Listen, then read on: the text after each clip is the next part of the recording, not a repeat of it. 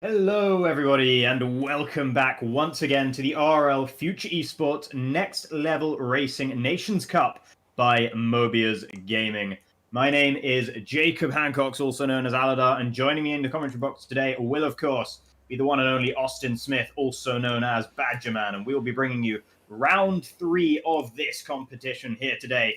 But before we jump into the details, we want to quickly give a little bit of a thank you to all of our very wonderful sponsors who make everything we do here possible. So, first of all, we have Mobiuz Gaming. A big thank you to them, and also a big thank you to our other title sponsor, Next Level Racing.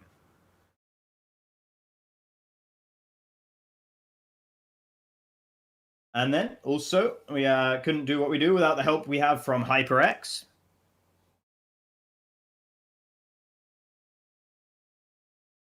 And our other official partner, 3M Sim Racing.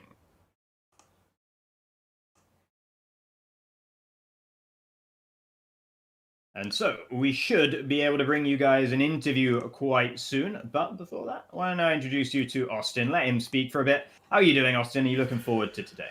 Yeah, very much so, Aladar. I'm very much looking forward to this. We are going into the format a bit later tonight because obviously it is a bit different than it was in the first two events. So if you haven't been here for the first two events, we'll get into that. And if you have been here, there are some slight changes the organizers have made to... I think to accommodate the drivers a little bit as well, because from what I think was very clear on Twitter, some of the drivers were not too happy with the format, and they do prefer, I think because of it's sort of a force of habit, they do prefer the 50% race, and so we will have one of those later tonight. Indeed we will, and also there is going to be a reverse grid again today, but we are going to have it at a different circuit. Hopefully not a soaking wet Hungary like we had last time. That definitely didn't make overtaking easy in that reverse grid race last time around. Why don't we now, if we can, why don't we take a look at the previous races that we saw in the last couple of weeks of competition? Yeah, indeed. Of course, last week we saw 3 races. It started off in Azerbaijan at the Baku City Circuit, the second longest track that we have used so far, and the second longest track we will use, because the only other one we've used is Belgium, and every other track on the game is shorter than that. And it was, of course, Jan Ortmeier who won that race ahead of the highly touted Baku specialist Tomasz Poradzic in second, and Barry Boroman took third place. If we look across all nations, it made it very clear that Netherlands came to play as they got themselves 41 points with a fantastic result. Not only Jan Ortmeier winning, but also Matthijs van Erven in his debut here in the Nations Cup, getting 4th place and an additional 16 points. So they make their intentions very well clear. Rest of the world, Barry Bowman, Josh Idowu, apologies, Josh Idowu, they got themselves 30 points there. And for Team Europe, it was an absolute race to forget, as they were the only team not to score any points whatsoever.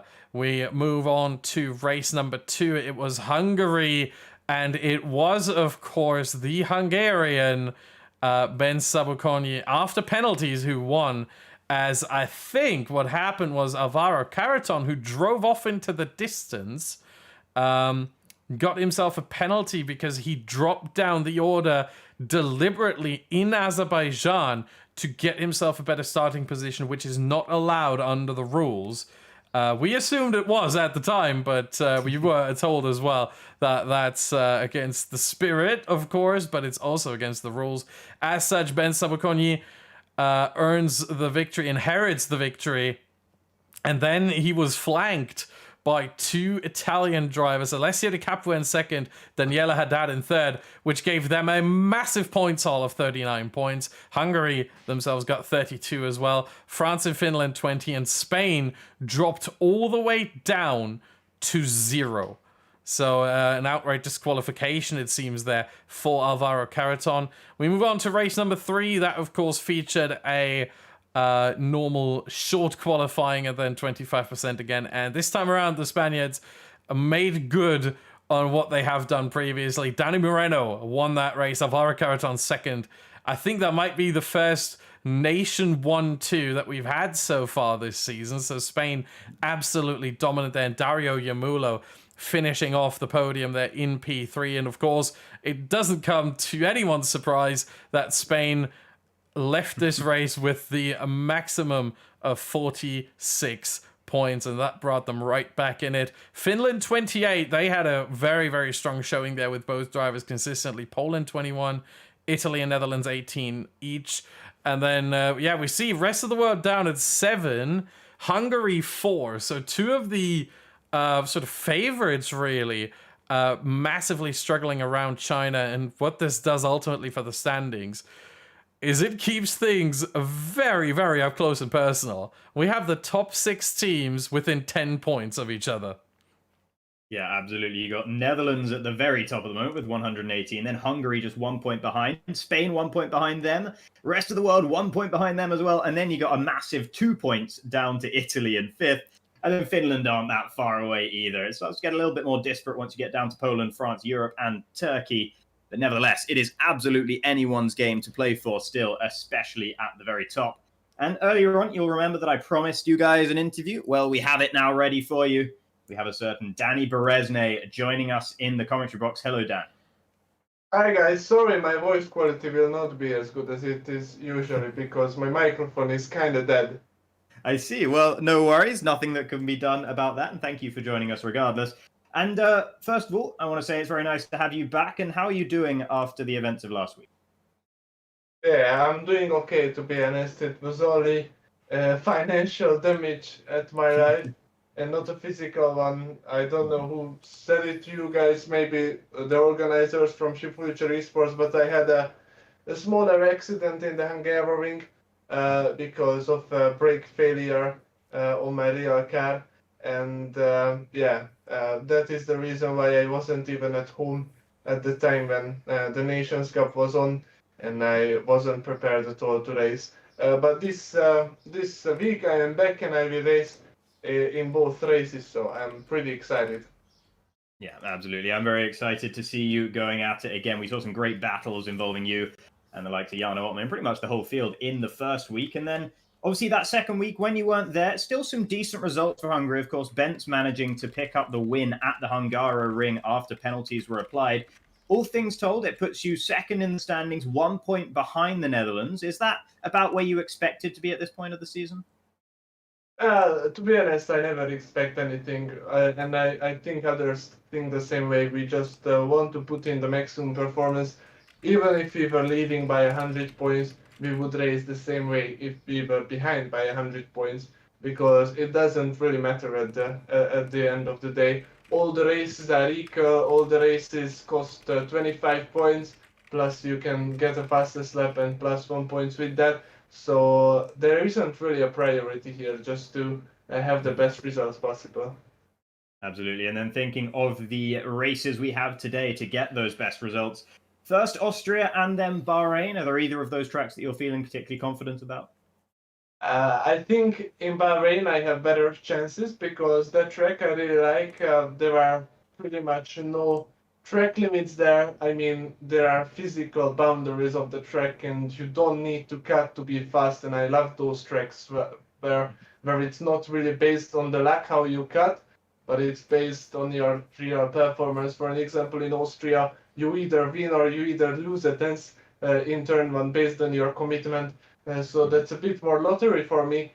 And to be honest, I didn't do hours and hours of preparation. Obviously, I did a few qualifying sessions there as well, but I don't feel that confidence this week. Yeah, well, hopefully you'll manage to get a big result there nevertheless. And quickly, before we let you go, could you quickly say a few words in Hungarian to all your many adoring fans? Oké, hajrá srácok, nézzétek a hivatalos közvetítést is, mert itt láthattok minden akciót kívülről. I just told them that they should always check out this official stream as well, not only mine, because here you can see a lot more action than on my own board. Well, thank you very much. That's very kind of you, and best of luck today. good luck for your commentary as well. Bye bye. Thank you very much. All right, so now I think we can get into discussion of the format that we have here today.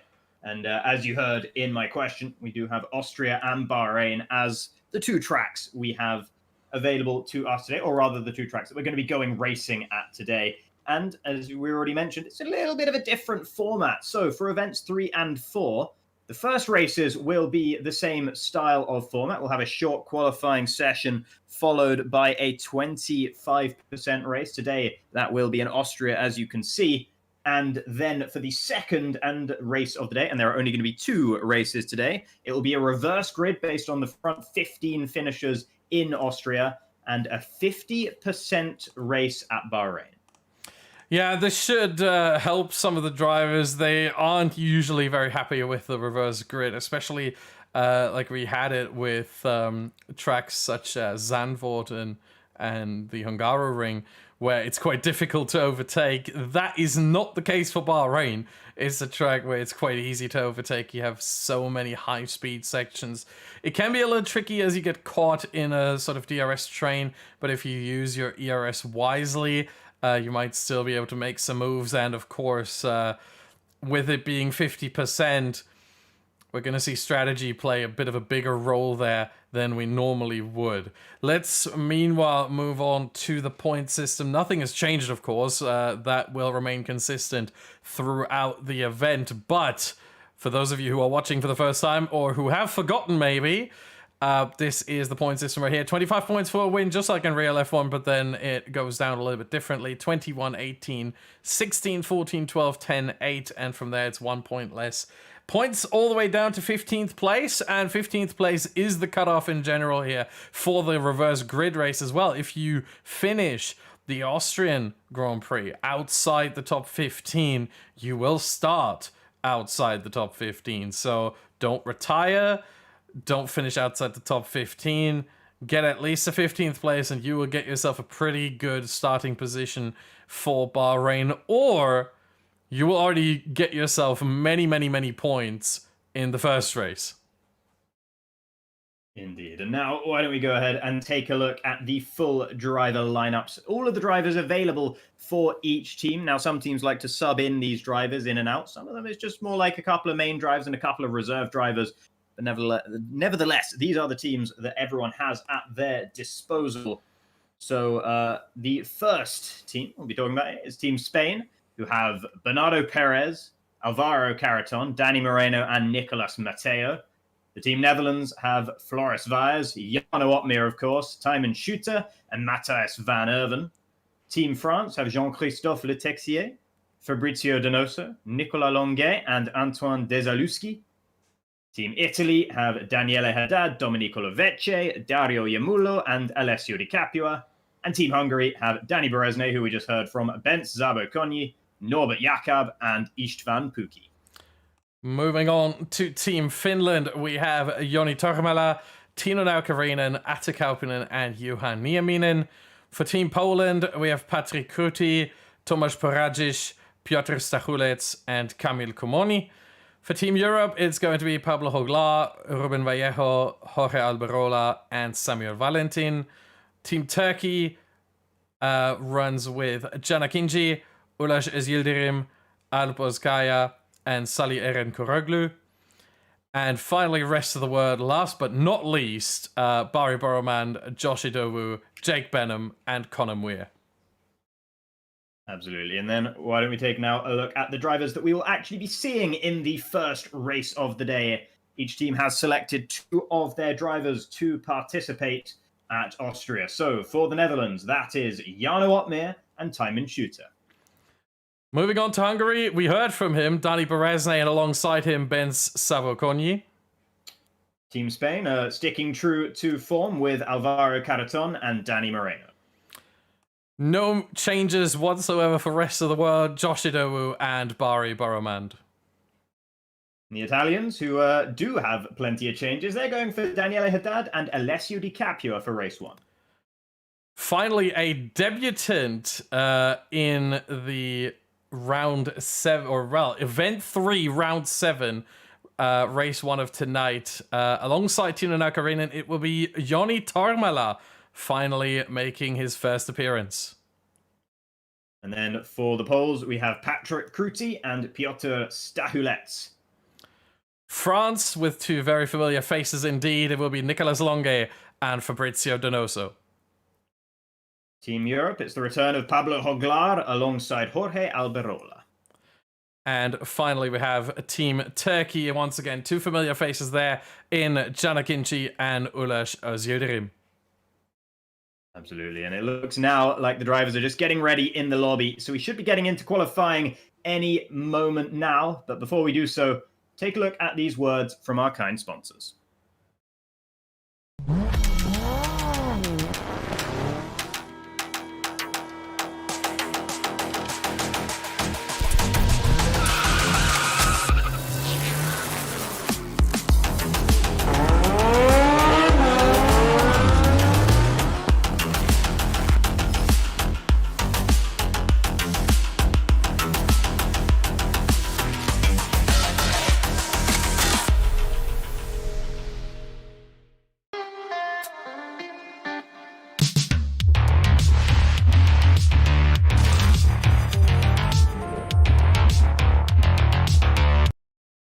What sound experience would you like today?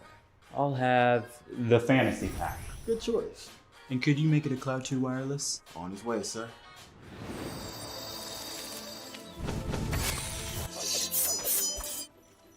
Sounds amazing! The HyperX Cloud 2 Wireless. Legendary comfort goes wireless.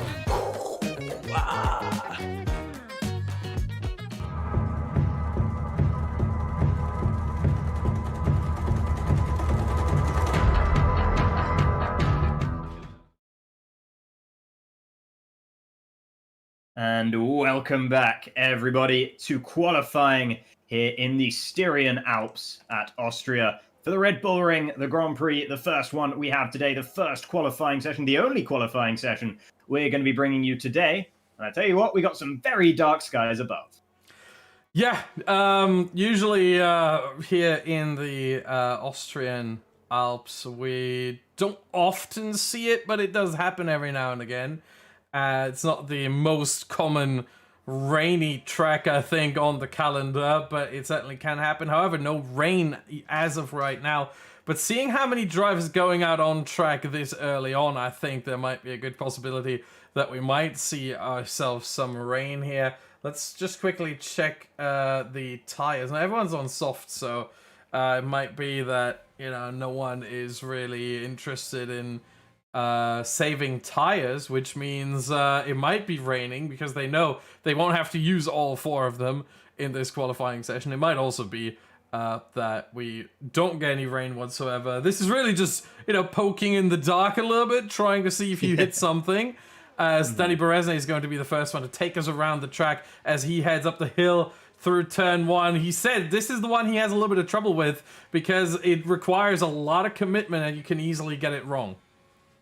Yeah, absolutely. You sort of have to cut the inside of turn 1. If you don't, you're at least 2/10 down on the competition already, just in one corner. So it is very, very important to get that cut right, because if you do it too aggressively, you can, of course, invalidate your lap. Danny Berezne managed to avoid that, but he did have a bit of a wiggle on the exit of turn 1 all back there.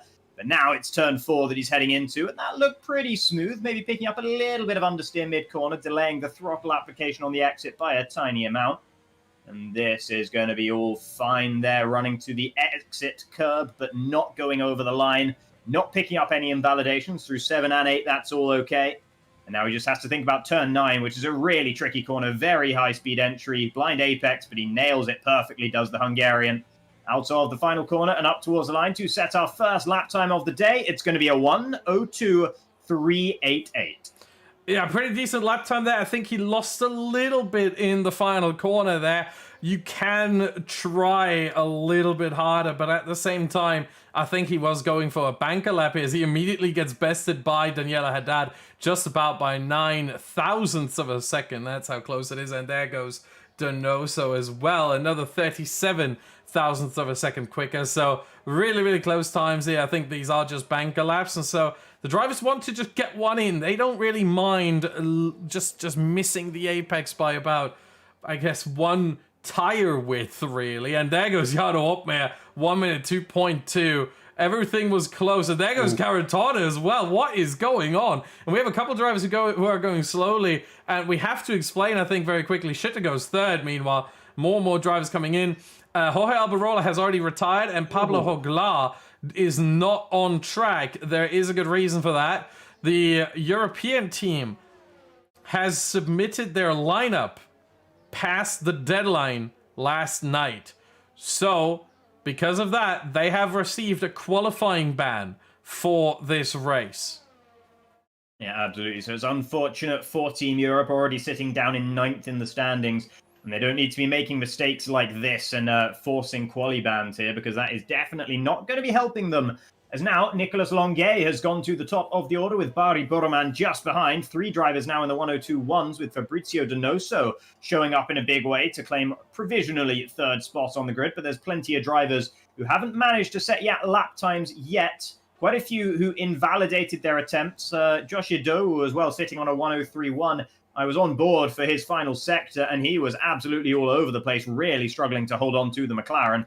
And I think he slowed down before the line as well, probably because he just put too much stress through the tyres and didn't want to have to start the race on a set of tyres, didn't want to have to risk starting the race on this set of tyres when he had put so much energy through them. And as a result, just backed out of the lap. He's currently down in 12th, though, because so many other drivers have failed to actually set lap times. I'm not sure if anyone's out there pushing at the moment. I think everyone is either in the pits or on an in-lap right now. That might be Danny Moreno. I don't know. No, he's actually on an in-lap.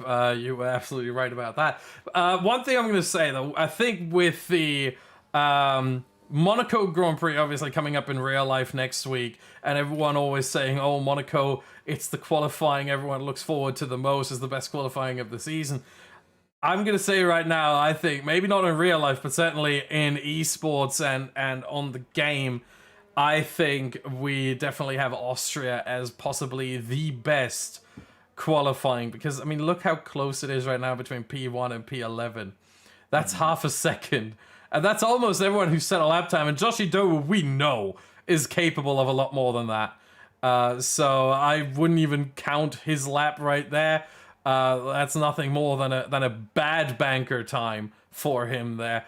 He's capable of much more. So it always is close because A, the track is so short, B, it has very few corners, and C, it's all over in a flash. I mean, a minute and 2. There is no track on the calendar that has a shorter lap time than Austria, as Daniela Haddad is on a lap right now, and I think Danny Berezne is as well. But we're going to stay with the Italian here of Haddad as he is heading, and I think that sounds a little bit like the rev glitch from the outside, so we're definitely not going to go on board with him there. But there goes the Racing Point past, is that a Williams? I think that, yes, that was a Williams. So that would be either Danny Moreno or Alvaro Caraton as he heads now to the second sector split. So far it looks good. I didn't see anything that really discourages me. Uses as much of the track as possible there. Runs this section here nicely. 2 more corners to go. And it should be fine. And apparently someone is saying they can't hear the cars. Oh, he backs off, actually. So that gives me time to actually increase the audio a little bit. I hope you guys can hear it now. Yeah. So thank you very much for the input. We're always sort of trying to fix things a little bit, and I think the audio should be fine now. Where's Danny Berezne? Well, he's on the run to turn 3. He has just completed a lap. Did he invalidate as well? I'm not sure if he invalidated the attempt, but he certainly didn't improve. Yes, in fact, he did invalidate. He had to back out of it, and he's already invalidated this next attempt as well. So he is having a bit of a rough time of it right now. Daniele Haddad has gone for a second push lap in a row after invalidating that previous attempt. So we'll see what he's going to be able to do. Yeah, Chana Kinji, meanwhile, up to 3rd. That is a massive lap time right there. Beats out the likes of Donoso, Opmer, Caraton, Shitter, Haddad, Berezne. That's a very illustrious group of drivers he has behind him now. Oof, and Haddad has just invalidated again. I think Timon Shooter's coming up towards the line now. Let's see what the Dutchman can do as he fails to improve. And Danny Moreno, he's out there on a flying lap. He's not invalidated. He's coming into the final sector of the lap now. And I don't know how this lap has been looking for the Williams driver, but we'll stay on board through 9 and 10 and see exactly what he can do as Nicholas Longue goes into the 101s. A 101.970. That is incredibly fast. Danny Moreno goes up into 5th there with a 102.201. But wow, Nicholas Longue, he's really come to play on this occasion. Fabrizio Donoso almost joins him in that 101 mark. It's a 102.027 in the end for the Chilean Frenchman. But nevertheless, it's a Renault 1-2 for Team France right now, as things currently stand. Yeah, I mean, that is a remarkable lap time from both of the French drivers here, Longue and Donoso. That's just absolutely ridiculous. At that point in the qualifying, even more so. You got to remember, there is a bit of track evolution, obviously, throughout qualifying, so the track should get faster and faster as Joni Tomala goes P3 now and is getting towards that 1 minute 1 barrier, but he's still a 10th off of Donoso and over a 10th and a half off of Longue, so quite a bit away. But yeah, once again, for all of you tuning in right now, this is the first race of today. This is Austria, short qualifying, as we see right here, plus a 25% race, and then we will have a second race, which will be reverse grid around Bahrain, and a 50% race. So 2 races only. This is the first one, and Barry Boromand just beat Longue's time and up into the lead. Provisional pole position for the Iranian driver. Oh, it's getting very, very spicy now. You mentioned how you love qualifyings here in Austria, and this one is certainly delivering so far. Tino Naukarinen is currently on a flying lap. Sitting down in 14th at the moment is the Finnish driver. And Finland would love a big result on this event 3, as he invalidates as soon as I'm saying that. So that is a shame there for Tino. But Finland could really use a big result, considering they are still just about in the hunt right now. And that is surprising, considering that was one of our teams that had to qualify through the qualification stages. Not a direct invite for them. And they have been showing up in a big way. Josh Idowu is also on a flying lap. So let's see what the Welshman, who hasn't really set a representative lap time yet, let's see what he's able to do. A bit of traffic there from Daniele Haddad, but he gets out of the way through turn 9. I think Idowu won't have been balked much by that. Up towards the line now for Idowu. And it's not that fast. It's a 102.575. And he remains 15th. So the pressure starting to come online now for the rest of the world driver. His teammate Barry Boromand is sitting at the very top. Josh Idowu down in 15th. Yeah, I think that traffic cost him more than we originally realized, because 6/10 down for Josh Idowu is not where he would want to be. It's not what he's capable of. He's capable of a lot more than that. So very surprising there. Meanwhile, Alessio Di Capua, where is he? He's on a flyer right now, I think, as he is heading towards turn 3 and through turn 3, in fact. Let's go on board very quickly. Yeah, he's using his hot lap. We can see there the number 2 in yellow at the bottom left of his dashboard. So he is actually running on a flying lap here. Let's see. So far, again, it looks really good from all these drivers. You don't see massive mistakes from any of them. That is the quality of this field here. But I think he left a little bit on the table there on the exit of turn 6. Now through 7 and 8 gets that nicely. Not much of a challenge there. 7 really is. But 8 obviously flat out. Turns 9 and 10. This could be good. Rounds them nicely. Yeah, that looks good. And it is P6. 1 minute 2.174 right there for the Italian driver. Yeah, the gaps are so small at the moment. I was looking at his sector times and I thought that was going to be electric near the very top. And it was, in terms of time, it was hardly, it's not even a 10th away from our current provisional pole time. Or no, sorry, it is a 10th away. It's a couple of 10ths away. But nevertheless, it's still a very, very fast time. Simon Schutz has just come across the line to go 10th. His teammate Jarno Ottme is pushing just behind. He's about to cross the line. And he moves up into 4th. A 102.120 for the lead driver for the Dutch team on his second attempt on that set of tyres, and he'll be unhappy that he didn't manage to crack the front row with that one. He's got very high expectations for himself, as you would imagine, from the reigning F1 Esports Pro Series champion, and currently looking at 4th at best. He might have one more set of tyres to go on at the end of this session, though, so it's not all over yet for him. Fabrizio Donoso is currently on a flying lap. He wasn't up through the first couple of sectors, but it was very close. And he's absolutely nailed turn 9 there. Turn 10 maybe a bit hesitant and runs wide on the exit and invalidates. And that is a shame, because that would have been a fast time but unfortunately for him, it will not stand. Is there anyone else out there on a flying lap right now? Joni Tormala, currently sitting 6th in the order in his debut race in the Nations Cup. And we'll see whether this qualifying is going to continue in the way it has started, because it's been going very well for him so far. But he wants to put the final icing on the cake here as he enters the final sector of this attempt. Front maybe getting away from him just a little bit through turn 9. Turn 10, very, very well judged. Up towards the line, and he improves ahead of Jarno Opmeer with a 1:02.0. Yeah, looking back at Donoso's lap, what I noticed was in turn 9, you said he absolutely nailed it, and he really did, but he also played with fire there. He got really close to the line there and to the track limits. And then in turn 10, I think he played with fire just a little bit too much, got himself burnt, and invalidated there. But Tormala with a fantastic lap right there with a 1:02.088 that is. So fantastic lap time for him. We see more and more drivers. Whoa, what happened? Fabrizio Donoso has just been disqualified from the session, according to the overlay. Oh, yeah. Disqualified from the session for blocking the pit lane. Oh, no. I think he may have spun on pit entry.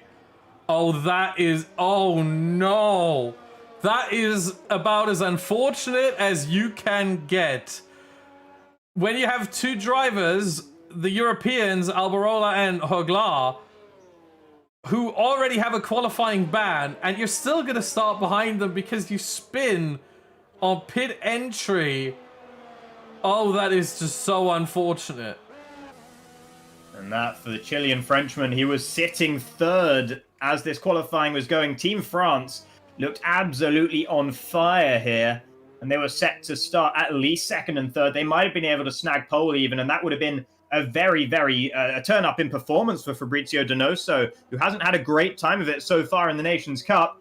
And this was going to be his moment right there, and then all of a sudden, it's completely taken away from him. That is a real, real disaster for Team France, who cannot afford to have issues like this happen to them. 8th in the standings, fewer than half the points that don't get big points today. They might be out of the running. Yeah, sorry, we just had a couple of technical difficulties there. I think you were lost for about a second or two with your voice there, and then it came back, but we have it now again, thankfully. Yeah, I feel like Team France really are the most unfortunate team so far in this Nations Cup. I mean, you think about how many points they were sort of capable of getting and how many points they actually got. It's probably the highest discrepancy we see for any team. Donoso just picking himself so many penalties, getting involved and, you know, getting a bit feisty. I remember in Hungary where he was sort of stuck behind Ulaş's Yildirim and just couldn't find a way past it. Then he barged his way through. So it's just, yeah, France really struggling right now. They just get so unlucky with disconnects as well that we have seen from them. And I don't know what they have done, but I'm a believer in karma. I don't know if they've done anything bad, but they must have, if karma is real, they must have done something bad. But it's just so unfortunate to see. I hope they do get out of that bad luck streak in some capacity, because we know the skill they have as Danny Beresne moves up to P3, same time as Danny Moreno, but on the 4th digit after the decimal point, after the comma, he beats Moreno just about. So, there's a fair few drivers on flying laps right now. Let's see Tijmen Schutter, currently sitting 11th in the order, driving for Team Netherlands, the team currently 1st in the overall standings. He's about to enter the final corner right now as Boromand secures his grip at the top. A 1:01.8 now is his best lap time. Tijmen Schutter crosses the line, improves, but only by a fraction, and he will not be moving any further up the order. Who's next? Let's see what Nicolas Longuet is doing out there. He's out of the final corner, but he has invalidated, so he is just starting his final attempt at a flying lap right now. Joni Tormala is on a flying lap for Team Finland on a fully fresh set of tyres, currently sitting in P8, actually being out-qualified at the moment by his teammate Tino Naukarinen as the checkered flag falls. And with that, Josh Idowu won't be starting any higher than 15th. And that is a minor disaster for him. Nicholas Longe has retired from the session. He must have been validated again. But here is Joni Tormala. He's not up. Oh, he's almost lost the car, in fact, there in turn 8. And that will not mean that he can improve either. So that is not good news for him. He'll be starting no higher than 9th as Alessio Di Capua puts himself up into 3rd. Now Danny Moreno, he is on a flying lap as well. I think Jarno Otmir has already finished, and that is the big surprise of the session. A 1:02.1 is the best he could muster. And 10th, make that 11th as his teammate demotes him. Jarno Otmir starting outside of the top 10 here in Austria. But now let's see Danny Moreno. He might be the last one to try and challenge for pole as he exits the final corner now. A little bit hesitant perhaps on the throttle. Up towards the line for the Spaniard. And it's 3rd position with a 1:01.973 at the death. Is anyone else still out there flying? Daniela Haddad, he's backed out. And that is it. Bari Boromand is on pole in Austria with Nicholas Longe alongside. Yeah, and very, very interesting how it shapes up between the teams here. Rest of the world, P1, P17. France, P2, P20. Spain, massive result for them, P3, P5. They're both starting on the same side of the grid as well. That can help them sort of deploy some team plays there early on. Italy, P4, P7 with Di Capua and Haddad. Finland, P8, P9. Netherlands, P10, P11. Split strategy right there, if I've ever seen one. Then we see Hungary 6 and 13 with Berezny and Sabukonyi. Again, sort of split strategy possible for them.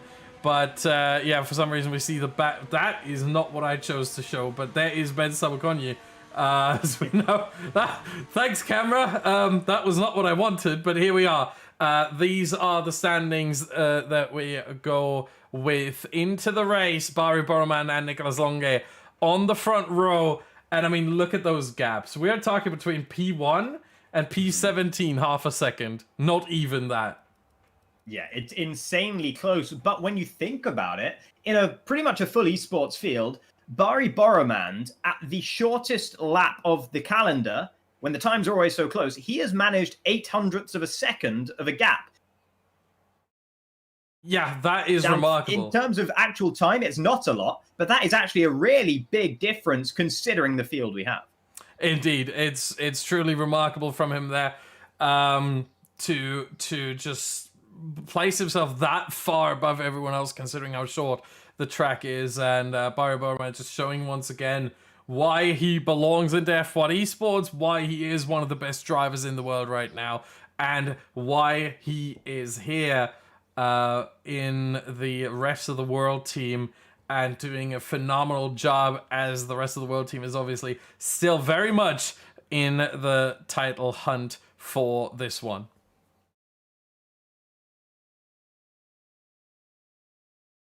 It's just finalizing their strategies and their setups, and the session will be starting in 25 seconds. Yeah, meanwhile, let's quickly look at the tracks here and see, or look at the track layout rather, and see what exactly is going on here. We have the Red Bull Ring there on the left side, 4.326 kilometers long. One of the shorter tracks on the calendar, and yeah, one of the fun tracks really on the calendar, I would say. Certainly an interesting one, this, and the drivers are getting ready. They are on the grid now, so let's quickly switch back to see what is going on here with the drivers as Boromand takes the lap. Let's quickly look at the tires, and yeah, not much of a surprise there, really, I would say. We see the top 10 obviously starting on the tire. They have to. Everyone else outside the top 10 on the mediums, except Çanakkale for Turkey. So they're still deploying the split strategy here, despite both Turkish drivers outside the top 10. Yeah, it's interesting to see that from Çanakkale, and he's going to have to try and get past Jarno Otmir early doors to make this strategy work for him.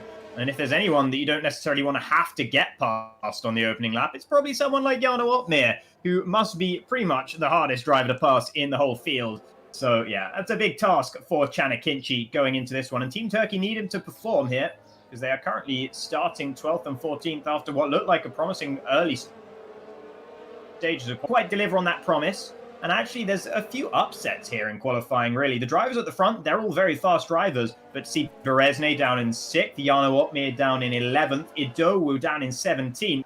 There are quite a few surprises with this grid order. And Team Poland is another team who's not going to be feeling too happy about the way that went. Stahulets being the leader of those two, starting in 15th with Kruti just behind in 16th.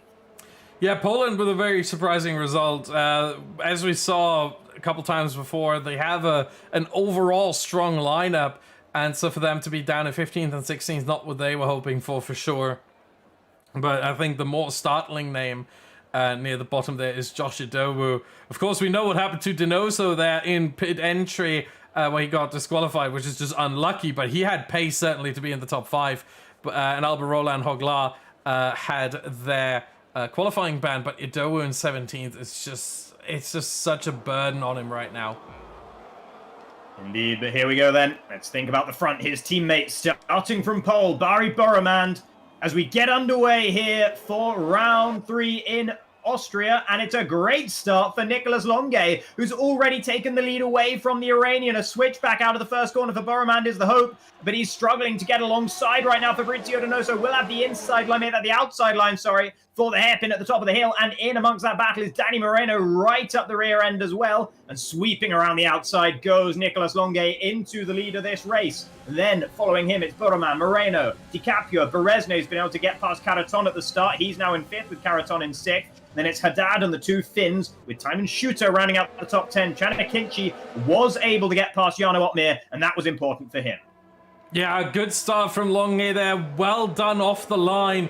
And maybe the French can finally catch their break, finally get a good result here, and potentially shoot themselves back up into the title fight, into the Nations Cup fight. Longue certainly so far doing a pretty good job here, as he is leading the way and even pulling a bit of a gap there to Barry Boromand in 2nd place. And Piotr Stahulets has had a good start off the lineup, 3 positions from his grid slot of 15th. And I did mention that Poland were going to be feeling bad about the way qualifying went. Hopefully they're going to be feeling a little bit better about the way the race has gone. As soon as I say that, though, Patrick Kruti has been demoted a position by Josh Idowu, the Welshman getting past his Polish counterpart there. And out at the front, it is still Longue leading from Boromand, then Moreno and DiCapua. Seems like most of the drivers are happy to drive in formation for the time being, but Jarno Opmeer is actually under pressure from Ben Sabo Konyi here. Opmeer has lost out 2 positions at the start, and he almost lost a 3rd there to the Hungarian. It just seems like Austria is not his circuit.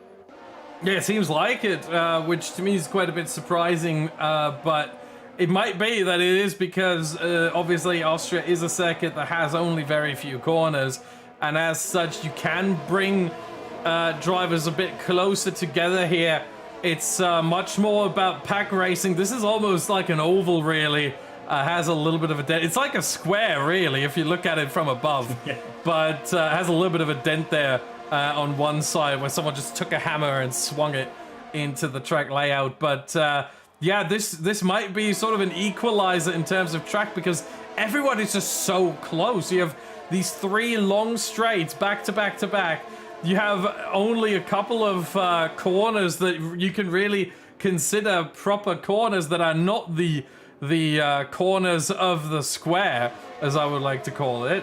And so, you know, it's really tricky here to get something going. You have long acceleration zones, and I think we're going to continue the trend as well. If you look at Bahrain, three long straights back to back to back. Yeah, I think I've seen that somewhere before. Indeed, but it does make for some very good racing. As it was, I think, Donoso just getting past Kruti. Kruti has had a rough start to this race, dropping a couple of positions in the last couple of laps. And now he has Jorge Alberola all over his rear wing as well. But that's down in 18th and 19th right now. The whole field still within DRS range of one another, as DRS has, of course, now been enabled. And that means that it's hard to overtake when everyone has the same advantage as everyone else, with the exception of Nicolas Longue out the front. It is very difficult to get moves on other drivers and make them stick. And Joni Tormala actually almost got a bit of a run at his teammate Tino Naukarinen there. It is Naukarinen currently leading the way between the 2 Finns. They're still in 8th and 9th where they started on the grid. And they're both doing a particularly good job of ERS management. I noticed that. Joni Tormala in particular, he's up in the 90% most of the time.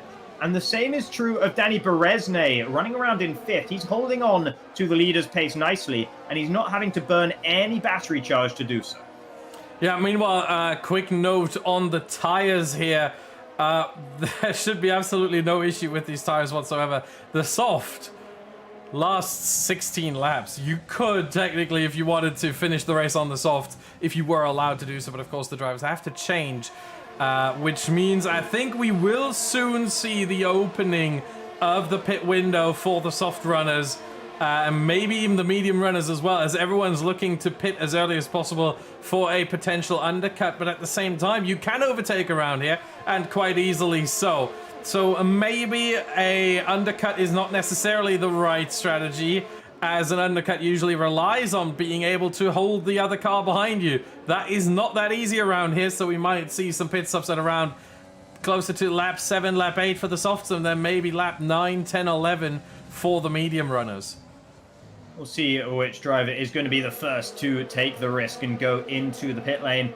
Patrick Cruti has been the first one to pick up a time penalty here. I imagine we'll get a couple more of those before the end of the race, but he has failed to adhere to the track limits on one too many occasions, and as a result has a 3-second time penalty next to his name. The gaps are remaining pretty consistent throughout the vast majority of the field at the moment. Slight gap forming between Chanakinci and Piotr Stachulec just behind him, as of course the medium tyre runners struggling to hold on to the coattails of the guys on the softs just a little bit, as Jarno Opmeer and Ben Sabukonyi both dive into the pit. So it's the medium tyre runners who want to get rid of their tyres first of all. Pablo Hoglar joining them in the pit lane as well, as I think Jarno Opmeer might have got a slight hold there with the Ferrari of the Team Europe going past him there, but it won't have been for more than about half a second or so. But he has actually lost track position to Ben Sabukonyi as a direct result of it. So more bad luck there for Jarno Opmeer. Getting held in the pits has been a bit of a theme in the competition so far, and it's once again really preyed on Team Netherlands there. Yeah, that's about as unfortunate as he can be. However, he will have the DRS on Sabukonyi for at least one lap here, as Sabukonyi, he had the DRS for the second straight here, but he will not have the DRS for this third straight in a row. And so he will at least get a little bit closer. Maybe he can make a move stick throughout this lap, as Sabukonyi has no help really whatsoever in front. And Longe now into the pit lane. So we have a change for the lead. Barry Boroman now inherits the lead on track, at least for now. How much does the undercut by Sabukonyi and Opmeer help them, as really almost all of the medium runners and some of the soft runners are now in? So very mixed strategies here altogether. Again, a lot of drivers are really going for that undercut. They want to pit as early as possible, and they think lap 5, lap 6 is about the time to do so, as they are now back out on track. Longe, surprisingly, didn't get held. He got lucky there, as he is now out on track with a 3-second gap to Berezne.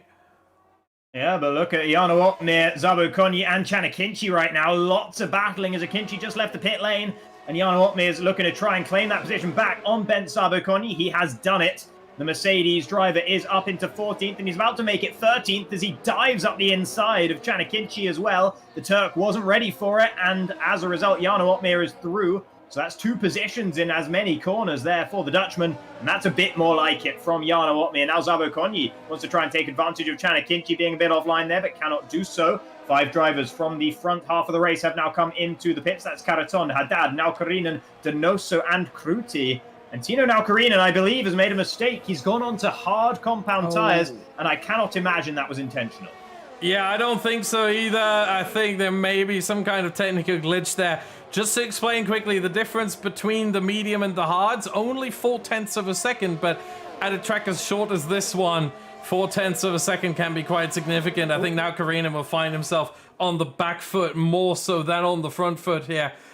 He needs the help of his teammate Joni Tomala in front as well, and he might be able to drive away a little bit. It's going to stretch Team Finland rather thin here, as Timon Schitte is working his way to catch up. Let's see the different tire. Yeah, it's the mediums for Schitte, but then it's the softs for Opmeer. Opmeer, maybe the Dutch are going to employ a team play here, as the final 3 drivers now in the pit lane. That's Borman, Moreno, and Di Capua who are all pitting. So maybe the Dutch employ a couple of team players here, let Jano Opmer by past Schitter, and then allow him to catch up. But never mind, Schitter himself is within DRS range now of Tino Naukarinen. So Longuet will still retain the lead after the pit stops. Barry Boromand has come out, and the undercut for the Frenchman means that Boromand is 1.8 seconds down. Meanwhile, Beresnay has just been able to get past DiCaprio on the pit exit, but DiCaprio is having none of it. He thinks about the dive bomb back up the inside of turn 3, but thinks twice about it, maybe having a couple of flashbacks to the British Grand Prix earlier in the Nations Cup, as Moreno has been able to get past Tormala as well. He hasn't lost out to the Finn. DiCaprio and Beresnay still going at it here. Beresnay a little bit deep there into turn 4. Gives the opportunity of a switchback for Alessio Di but Beresnay out drags him on the exit of the corner, and through turn 6, it will be Beresnay ahead of the Italian. And pretty much things have remained more or less as they were at the front. A couple of position changes, but no huge differences throughout the field. Jano Opmer will be feeling relatively good about his position on these soft tyres to the end of the race, with Tino Naukarinen on the hards ahead of him, as long as he can make sure that he can dispatch the Finnish driver without ease. But aside from Chanakinchi losing about 4 positions, everyone else has remained roughly where they were. Yeah, a couple switches here or there, but for the most part, it went rather swimmingly. Usually the drivers that are most at risk of being shuffled down are the ones that are the first in the pit lane. That's your Mercedes, your Ferrari, your Red Bull. They are the ones that are at the highest risk here to lose some positions. And with the Ferraris being as down as they are because of the qualifying ban that they got for this race, and the Dutch sort of, Jano Opmer, I mean, completely avoiding the massive traffic. He did still get shuffled down. That's the burden of driving the Mercedes car on this game. And Timon Schitter, on the other hand, he was in with everyone. And I think he lost a couple of places as well. But yeah, overall, not much going on here with movement. And Longuet, I think he's actually losing a bit of time here to Barry Boromand. I think the gap was 1.7. Now down to 1.4. Can Boromand fight his way back into the DRS range of Longuet? And if so, will he have anything to fight Longuet with?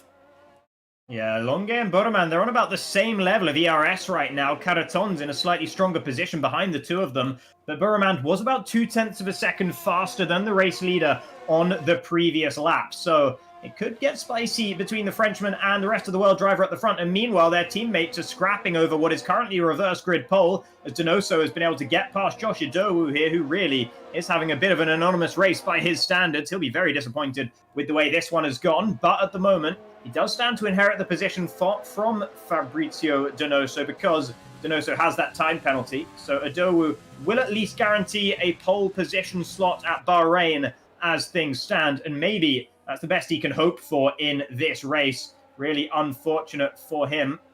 And it's a shame that he just doesn't have the pace around this particular circuit. Now Donoso and Akinci are battling. Donoso's been able to get past Akinci in the final corner there. Akinci struggling now on these medium tyres with everyone around him on the softs. They can't get back up the inside of Donoso. He thought about it, but it would have been very brave indeed.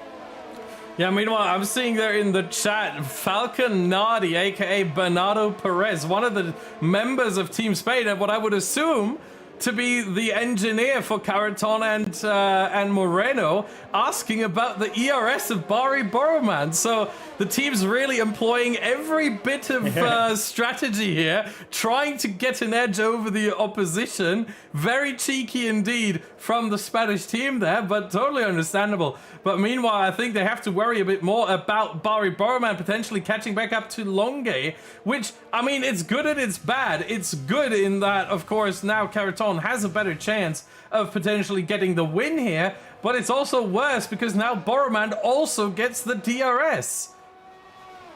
Yeah, it's so close right now. Boromand right on the cusp of that. But yeah, let's just say he doesn't have a whole lot of energy left in the tank. I won't give the numbers away specifically, but he is going to be struggling a little bit in the last couple of laps of this race unless he changes something, because he's desperately trying to get back in that DRS range, and he might just be falling short here. He's put on a big charge to try and get within 1 second of Nicolas Longuet, and he's just right on the cusp. He can't quite find that DRS, as meanwhile, further back, Jarno Opmeer and Tino Naukarinen, they're going side by side on the exit of turn 3. Jarno Opmeer with the better traction on the softer compound of tyres means that he will be able to make the move on Tino, who does think about the switchback through turn 4 and will manage to get alongside Jarno Opmeer here. As someone else, oh, that's Donoso. Donoso's gone round through turn 4. Not sure if there was contact with another driver. He is missing an end plate on his front wing. He was in and around the area of Patrick Kruti, Chanakinchi, Zabo Konyi. And that is a big shame for Donoso, whose day goes from bad to worse. Yeah, it's just not his track. I would assume maybe he's fast here, but he's certainly not lucky here whatsoever. As meanwhile, I think Tino Naukarinen put up a wonderful fight here against Jarno Opmeer, but I mean, on these hard tires, you're not really in a position where you can do much. Certainly against the softs that Jarno Opmeer has on his car, there is really no fighting chance that Naukarinen stands whatsoever, and so he ultimately had to give up that position. Really unfortunate situation there as Boroman. Look at the front. When did he get that close to Longue? What is going on there? I don't know. Longue might have some kind of issue with his car. I'm not entirely sure. But he is struggling a little bit here. All of a sudden, for pace, Boromand was struggling to get within 1 second of him. Now he's right there with him. And look, he's just driving clean past him. There's something wrong with Nicolas Longue's car by the look of things. Boromand just driving clean on through. And I cannot fathom what this could be, what the problem could be here for the Frenchman. He might have just been letting him through to ensure that he could get DRS and therefore farm a bit more ERS. In fact, I think that's exactly what Nicolas Longue was doing. He's allowed Boroman through so that he can have the DRS himself, and that way he won't have to use overtake mode quite so much. He'll be able to farm it back up in preparation for the last couple of laps. This reminds me a bit of a Tour de France where you let another cyclist by so they can do the work up front. You can save a bit of your own energy. Of course, it's not electric energy. It's a bit more, you know, muscle energy, physical energy. But still, I think the same principle applies here. But Boroman, look at that. He's trying to really pull away now from Longue. And Caraton's right behind as well. So it's going to get interesting here if Longue can go Boroman's pace, or if he's going to fall off a little bit. 0.6 of a second here. Longue really struggling to stay with Boroman. It might be that he's not able to save enough ERS now through the final corner. He will have DRS for the next 3 straights in a row. That should bring him right back up to the rear of that McLaren in front. Yeah, and penalty. Oh! Longue cutting through turn 1, picks himself up a 3-second time penalty, and as things stand, that's enough for the race win for a while. But that is a disaster for him. Yeah, not just the race win. I mean, if we had 3 seconds to his gap right now, he would fall all the way down to P8. Yeah. Huge implications then for that penalty as things are getting a bit more desperate further down. Danny Berezne was thinking about a move on his fellow Danny in the form of Haddad into turn 4. Berezne and Caraton both have a bit more ERS left than any of the rest of the front runners, but the likes of Boromand and Longue, who were at about 10% a couple laps ago, have been able to recoup some of their losses, so they're in a better position than they would otherwise be going into these final couple of laps. Danny Moreno has plenty. He's at the highest of anyone in the top 10. He's at 80% right now, and he's looking to challenge Alessio Di Capua for 6th.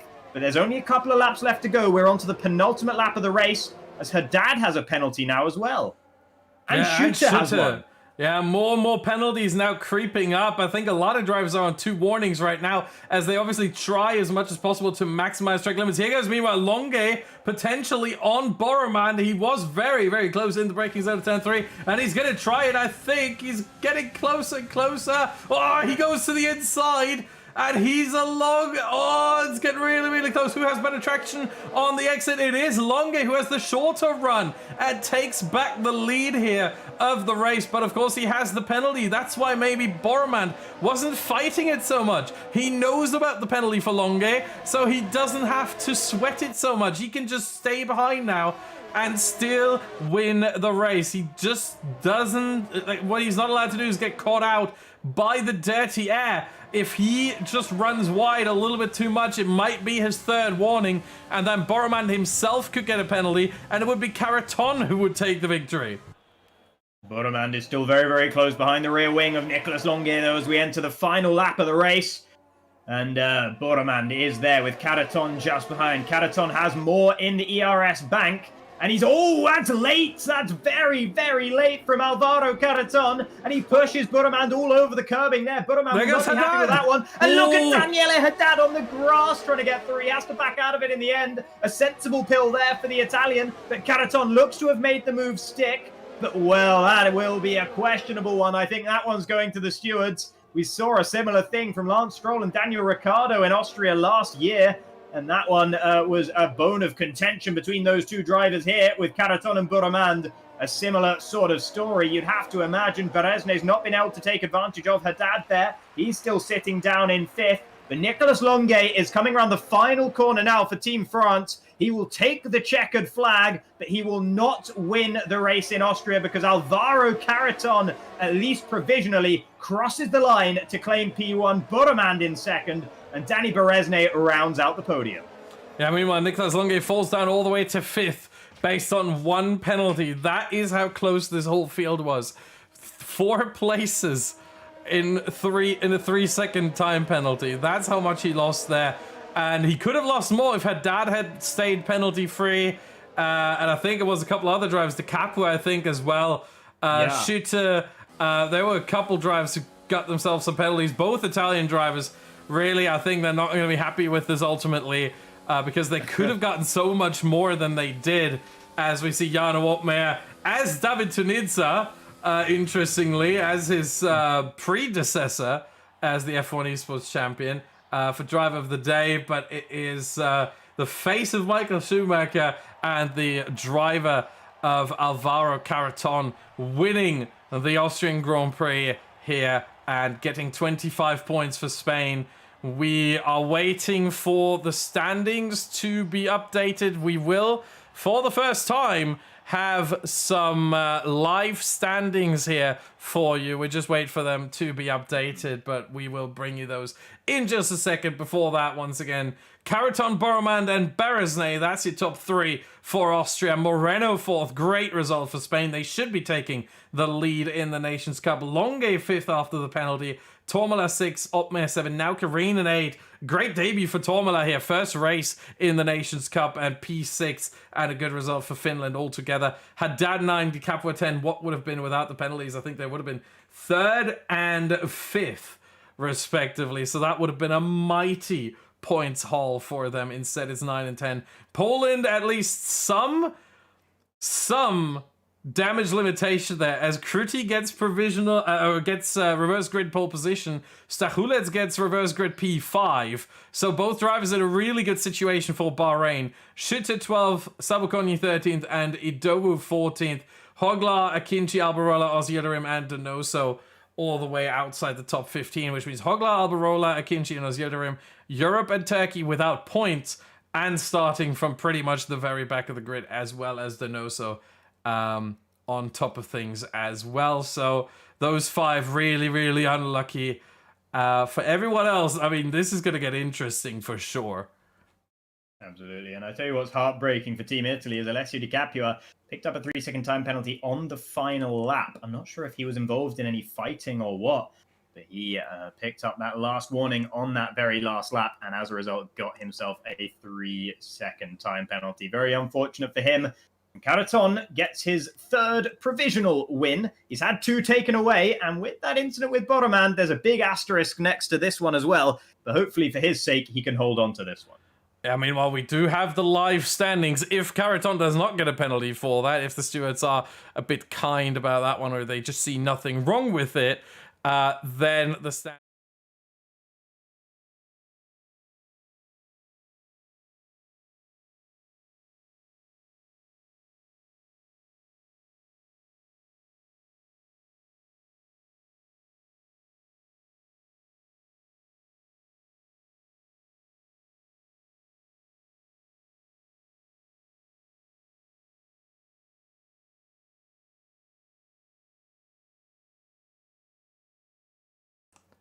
There we go. Apologies for that. Yeah, we didn't have the sound. So it is Spain leading at 157.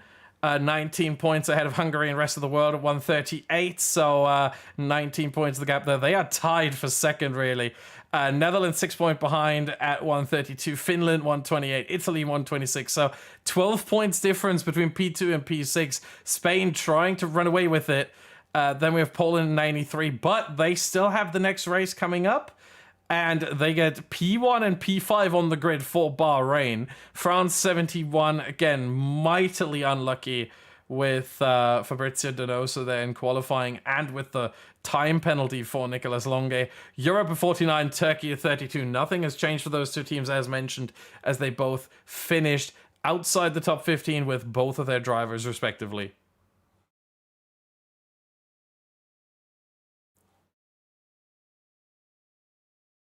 Indeed. And that is how things look right now in Spain. If they can hold on to that victory for Carreton, they'll be feeling very, very happy indeed, because that is a big point haul for them in the first race of the day. But that is not the only race of the day. We'll be back in a few minutes' time to bring you the reverse grid 50% race at Bahrain. So don't go anywhere, because that will be absolutely thrilling. Races at Bahrain always, always are.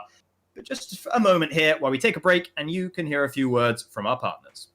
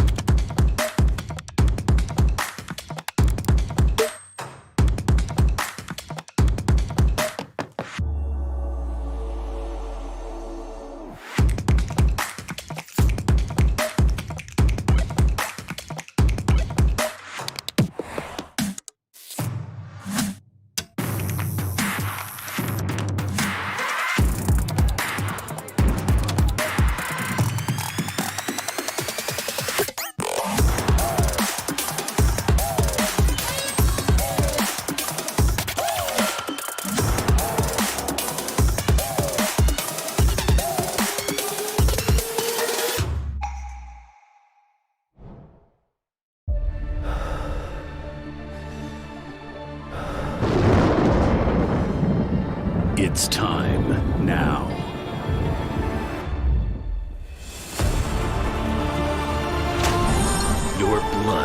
is burning. Your stamina is rising.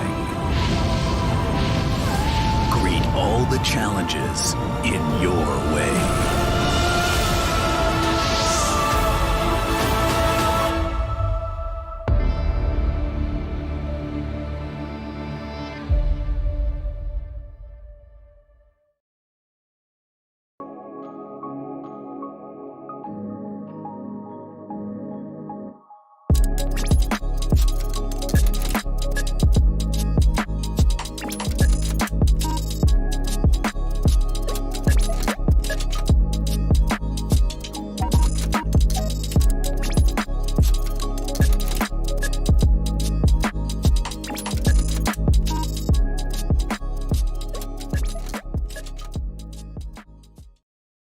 Welcome back, everybody. I hope you enjoyed those messages, and I hope that you will shortly enjoy the Bahrain Grand Prix with us. But before we get into that too much, I should remind you that my name is Jacob Hancock. I'm also known as Aladar, and joining me in the commentary box for all of the races and all of the Nations Cup is Austin Smith, also known as Badgerman. Why don't we quickly take a look once again at the live standings that we have after a pretty interesting first race in Austria.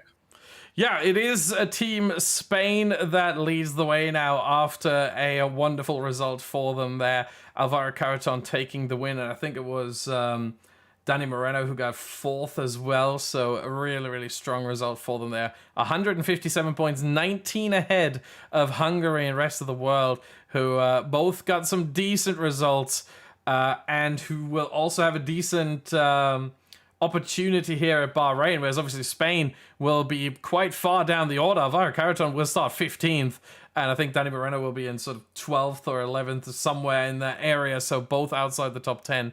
Netherlands at 132, Finland 128, Italy 126, so it's still mightily close. 31 points between P1 and P6. It was less, but it is a bit more now because of just Spain's dominance there in Austria. Poland at 93. Yeah, I think they have an opportunity here to get a lot closer with their drivers starting on reverse grid pole position and reverse grid P5. So they have a massive opportunity at their hands, but they also have to deliver. It's one thing to start in a good position. In a 50% race around Bahrain, it's a totally different thing to finish in a good position after such a race. And then, of course, we have France at 71 with the, very unfortunate situation there with Donoso, who got disqualified for spinning on pit entry and supposedly blocking the pit lane. And then Longue, of course, getting the penalty there as well. That dropped him down from P1 to P5. Europe and Turkey, no points for them in this first race of two. And just to quickly go through the format once again, in case you don't know, because we have changed it a little bit. It used to be 3 races, all of them 25%. Now it's just 2. And the second one that is about to come up, reverse grid, that still holds true. But this one, 50%. So around Bahrain, that will add up to 29 laps.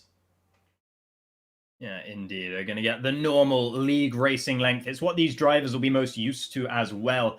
And it's going to give plenty of time for those who start down towards the bottom of the order after performing well in the first race. The guys who are going to be starting 15th and thereabouts, they are going to have plenty more time to fight their way back up through the field and to claim some really decent point scoring finishes in the race itself. And why don't we take a look now at the drivers who will be competing in Bahrain to get the best points they can. Yes, indeed. Let's start with the team that was the points leader coming into this event. Of course, they are no longer, but they were before. It is Team Netherlands. Jarno Opmeer will remain in the driver's seat, but joining him will be Matthijs van Erven, who had a fantastic debut last week around Baku, where he got a 4th place and brought the Netherlands a little bit back into the fold. And then we've got Team Hungary, who also have a substitution. Danny Berezne will still be here, but Istvan Puki is coming in for Bence Zabekonyi, and I think that means this is Bence's first race on the sidelines of the whole Nations Cup so far. Yeah, I think they had one scheduled for last week before Danny Berezne's accident around the Hungaroring. There was a race that he was supposed to sit out, but then he had to jump in last moment, and so this is the first time he can finally take a bit of a breather. Maybe he will engineer them. Moving on to Spain, and yeah, that is just a very familiar lineup. I think those two have pretty much participated in all the races so far. Alvaro Carreton and Danny Moreno. And then on for the rest of the world, same story for them. It's Josh Adowu and Bari Buramand sticking with what works. Meanwhile, a complete change for Team Italy. Both drivers out, 2 new drivers in. It is Domenico Lovece and Dario Yamulo who will be taking the wheel for Bahrain. Team Finland has the same lineup as the first race of the day. Tino Naukrinen will be joined once again by Joni Turmala. Moving on to Poland, we have one change here. Patrick Kruti, done for the day, will be replaced by Tomasz Poradzic, who I saw earlier in the chat being quite happy about our pronunciation of the Polish names. Indeed, and the other thing about Poradzic I'm going to quickly say here is he will be starting from reverse grid pole that Patrick Kruti earned for him. So that is a very strong driver to have the honor of starting from the very front. And then on to Team France, where we have Nicolas Longuet and Fabrizio Donoso joining us once again. Yeah, no change for Team EU either. Jorge Alberola and Pablo Joglar. And once again, no change for Team Turkey. As always, it's Çanakkale and Ulaş Özyıldırım. Yeah, let's quickly look at the track. Meanwhile, it is the Bahrain International Circuit, 5.412 kilometers long. 3 DRS zones, not the 3 you would expect. I personally would be a big fan if they did it the same way they do it in Austria, where you have the 3 consecutive long straights. But no, they've split it up a little bit. The middle straight, the back straight in the middle sector is a DRS zone, and of course the main straight, and then the straight up on the left side towards turn 4 there as well. So those are your DRS straights. Track a little bit longer and a little bit trickier once you start looking at sort of turns 5, 6, 7, 8, 9, 10. This whole section there at the start of the middle sector can be quite tricky to get right, and it is a track with its own sort of tricks and difficulties up its sleeve. So going to be interesting to see how the drivers handle this one. A little bit of elevation as well that they are familiar with from the Red Bull Ring, so not much change there. Yeah, an absolutely fantastic track. And unless I'm very much mistaken, I believe we're going to a quick break while we jump into the lobby for the race itself.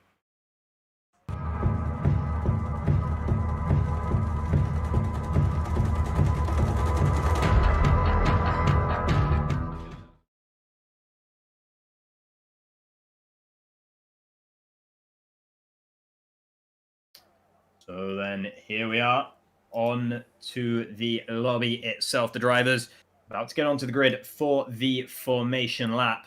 And they're all just working on their setups right now. Just a couple of minutes to get that all sorted. Their tire strategies as well. And tires can be pretty important around Bahrain. Yeah, indeed. If we just quickly look at the tires that the drivers will have available, it is, of course, the C4, C3, C2, the middle of the selection. And the difference between the tires is what's so important here. 1.1 seconds between the softs and the mediums in fresh condition, and another 5.5 tenths between the mediums and the hards. So between softs and hards overall, it will be almost 1.7 seconds of a difference. The softs, they last 10 laps, the mediums last 14, and the hards last 18. So it's getting really close. It is possible to run a 2-stop here as oh wow. Never mind, I'm gonna take the 2-stop comment and yeah, completely throw that where it belongs, which is right in the trash can. That's gonna be a 1-stop for everyone. The question is, hard to soft or hard to medium? We see Danny Berezne sort of sticking out there like a sore thumb in P12 with those mediums, but I don't think we'll see the soft tire much throughout this race. However, as I said, 1.1 seconds quicker than the mediums. If drivers can make it work somehow, I think we might be able to see the softs somewhere in this race, at least for some drivers who probably are willing to risk it, but it gets really, really close. Yeah, and just a quick note for everyone watching who might wonder why the two Spaniards are 19th and 20th when they ought to be a bit further up than that. It is part of the punishment that is being meted out to them for their previous indiscretions last weekend at the Azerbaijan race, when they attempted to snipe reverse grid pole by slowing down towards the end of that race. And as a result, I believe they have been put to the back of the grid for this one on the reverse grid. So 19th and 20th for the Williams boys, the two Spaniards. They've got a bit of a mountain to climb in this one, but those at the front, they're starting halfway up the way to the summit. Tomek Paradzic in first with Josh Idowu in second. And for a reverse grid front row, that is two very, very strong drivers indeed. Yeah, it certainly is. And then we look at the second row, we see Istvan Pukki and Matthijs van Erven. And you start wondering, well, how did this reverse grid pull and these front two rows, how did they happen? Yeah, Austria was a wild race. Once this stream is over, you will be able to watch it back here on the ORL channel. If you are watching after the fact, you've already seen it. But for those of you who just tuned in, you will be able to watch it back as soon as this race is over. But don't go anywhere, because we are about to start race 2 of 2, 29 laps around the Bahrain International Circuit. It's one of the best racetracks on the calendar for pure battling, for pure pace, and the drivers going directly head-to-head. As they line up now on the grid, the lights are beginning to come on in Bahrain.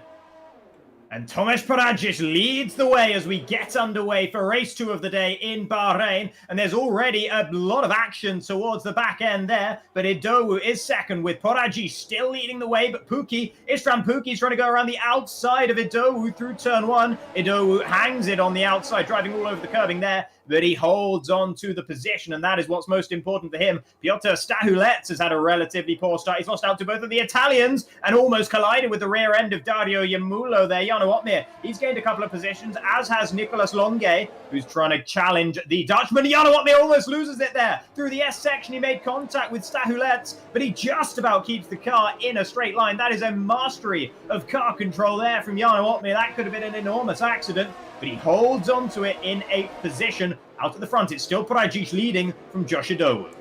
Yeah, very, very well held there. Meanwhile, two drivers that are moving through the field like nothing else. Really, really remarkable. Maybe this is their redemption arc right now. Right at the end of the first half of the Nations Cup here, it is Longe who gained 4 places and Donoso who gained 6. So both drivers with very, very good drives here early on. They found their sort of lanes on the first lap, and they've been gaining significant amounts of time and significant amounts of positions here in the first lap. Good news for Jarno Otmir. I believe his front wing is entirely intact, so he didn't suffer anything more than the loss of a position as a result of the contact between himself and the Pole Stahulets. As meanwhile, Danny Brezne is getting past Domenico Lovece. Lovece's been struggling a little bit here. He doesn't seem to have any damage either, but there goes Borroman sending it up the inside of Fabrizio Donoso just behind as well. These two going hammer and tongs as Donoso has had such a positive start to the race. Didn't leave much space there for Borroman. He'll be used to that as a result of last race, but now Borroman coming back at him as they climb the hill into turn 4. Borroman diving up the inside, and he has been able to get ahead of the Frenchman once again. Yeah, I mean, well, we're just waiting for the timing tower to sort this stuff out, which it just did. So this is lap 2, not lap 3. And please do not pay attention. Actually, we're going to turn this off quickly. There we go. Because it's not working anyway. So Tomasz Paradzic still leading the way and having actually a pretty nice gap there on Josh Idowu. So once lap 3 starts, he might already be out of the DRS range here of Josh Idowu if he can just make the final sector work well. It's getting really close for sure. Yeah, that would be major for Paradzic if he was able to do that. He'd at least force Idowu to burn a lot of his ERS, and that would leave him a little bit more comfortable out at the front as we get towards the first pit stop. So that's not going to be for a while because pretty much everyone has opted to start on these hard tyres. Danny Brezne, the only one on the mediums. Let's keep an eye on his progress as well, because he's right up behind Jarno Otmir of all people, and he's already got so much better traction out of the final corner. He sets the fastest lap of the race as he breezes past the F1 Esports Pro Series champion. And that will be Berezne up into 8th position. Janowotmir, too sensible to fight that one, knows that Berezne is going to be getting through when he's on that softer compounder tires. The yellow wool mediums working out there for the Hungarian. He needs to make hay now while he has the advantage. Yeah, once again, I mentioned before, 5.5 tenths of a second, the advantage in fresh condition. Of course, these tires have been used a little bit now, but the difference should still be around 4 to 5 tenths of a second between those mediums and the hard tires. So he has to make hay while the sun shines, really, and get some positions in here. Next up for him would be Nicolas Longue in P7, and he is very close, looks already to try and get that position off of the Frenchman, but a little bit too far away, and of course in a DRS train it is difficult to overtake. Absolutely, but Danny Berezne has had such superior traction out of the final corner lap after lap that I think he might just be able to gun it past Longue on the exit of that particular corner down the main straight. He did it to Janowotmir a lap ago, he did it to Domenico Levecce a couple laps ago, and since then Levecce has actually lost out to Tino Naukarinen as well. I don't know what's happening for Domenico Levecce, but he does seem to be struggling at the start of this race, is the PC Challenger Series driver. Here he goes. Should I say PS4 Challenger Series? Here goes Berezne now. Oh, to the inside of Longue, and he has him before the braking zone. So a massive amounts of overspeed is what I'm thinking right now. Maybe Danny Berezne is running some lower downforce setup for this first stint, knowing that most drivers are on the hard tires, or assuming, certainly he didn't know anything, but assuming that most drivers were going on to the hard tire, he decided to go on to mediums to give himself a better chance right now and sort of run the alternate strategy to everyone else, starting on the softer tire, trying to work his way through with some lower downforce, and then he can always adjust the wing during the pit stop. So that might be what is going on here with Danny Berezne, because he's been pretty quick to make these overtakes happen. It's been working pretty well for him. So there might be some setup differences, some setup discrepancies between Berezne and all the cars around him. Potentially so. And it's worth noting as well quickly that Bari Boromand, who was in contention for the win in our first race of the day, he's been the first guy to pick up a time penalty already, has 3 seconds of penalties to be added to his finishing time as a result of track limits indiscretions. So the Iranian needs to clean up his act for the remainder of this race if he wants to do the best he can for the rest of the world team. Speaking of which, his teammate, Josh Idowu, is still out there out front with Tomasz Paradzic. Yeah, speaking of which, Danny Berezne is going for another move, this time on Stachulec into turn 1. This one a lot closer than the previous ones, but he still makes it work. It's always the same spot, and it's always one extra position. He's now up to P6. The question is, how long is his advantage going to last? Because we're now in lap 5, which means by the end of this lap, I think that the advantage on his tires will be at around 3.5 tenths of a second. It's not that much anymore. It's going to be quite difficult to get past the likes of Yamulo and Van Erven. He did say he liked the circuit, though, in our pre-race interview, and he's showing that right now. He has made great progress lap after lap. It's one driver every lap at the moment for Danny Berezne. It's been a total of 6 that he's managed to pass since the beginning of the race. Let's see whether he can continue this streak, as he's now on the back end of Dario Yamulo, who himself is struggling just a little bit to keep in touch with Van Erven and Pookie up ahead. But right now, with Berezne's charge, it's Pookie 3rd, Berezne 6th. Team Hungary in a very positive spot at this stage of the race. Yeah, certainly they need to regain some of the points that they lost, and especially with Spain now being down in P17 and P18 after the penalty they received from last week from the Azerbaijan race. They certainly have an opportunity here to take the lead of the championship, take the lead of the Nations Cup, and there he goes once again, Danny Berezne, this time on Yamulo, another position.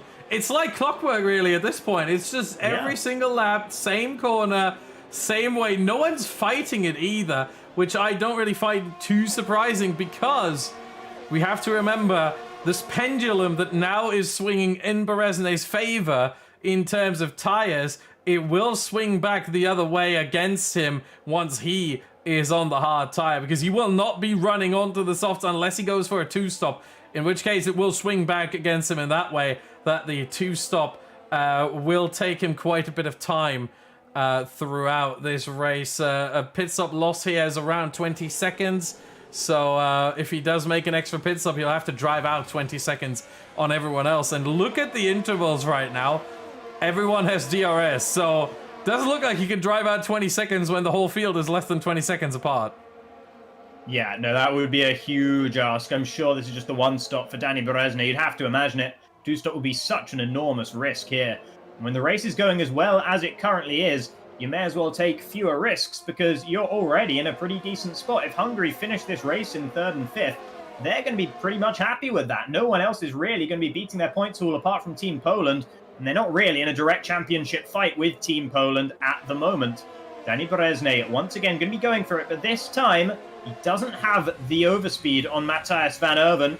It is the first lap in a while that Berezny has not passed another driver. Further back, Domenico Levecce has been able to get better traction than now Karinen, and Stahulets and Longe are battling as well. Wing.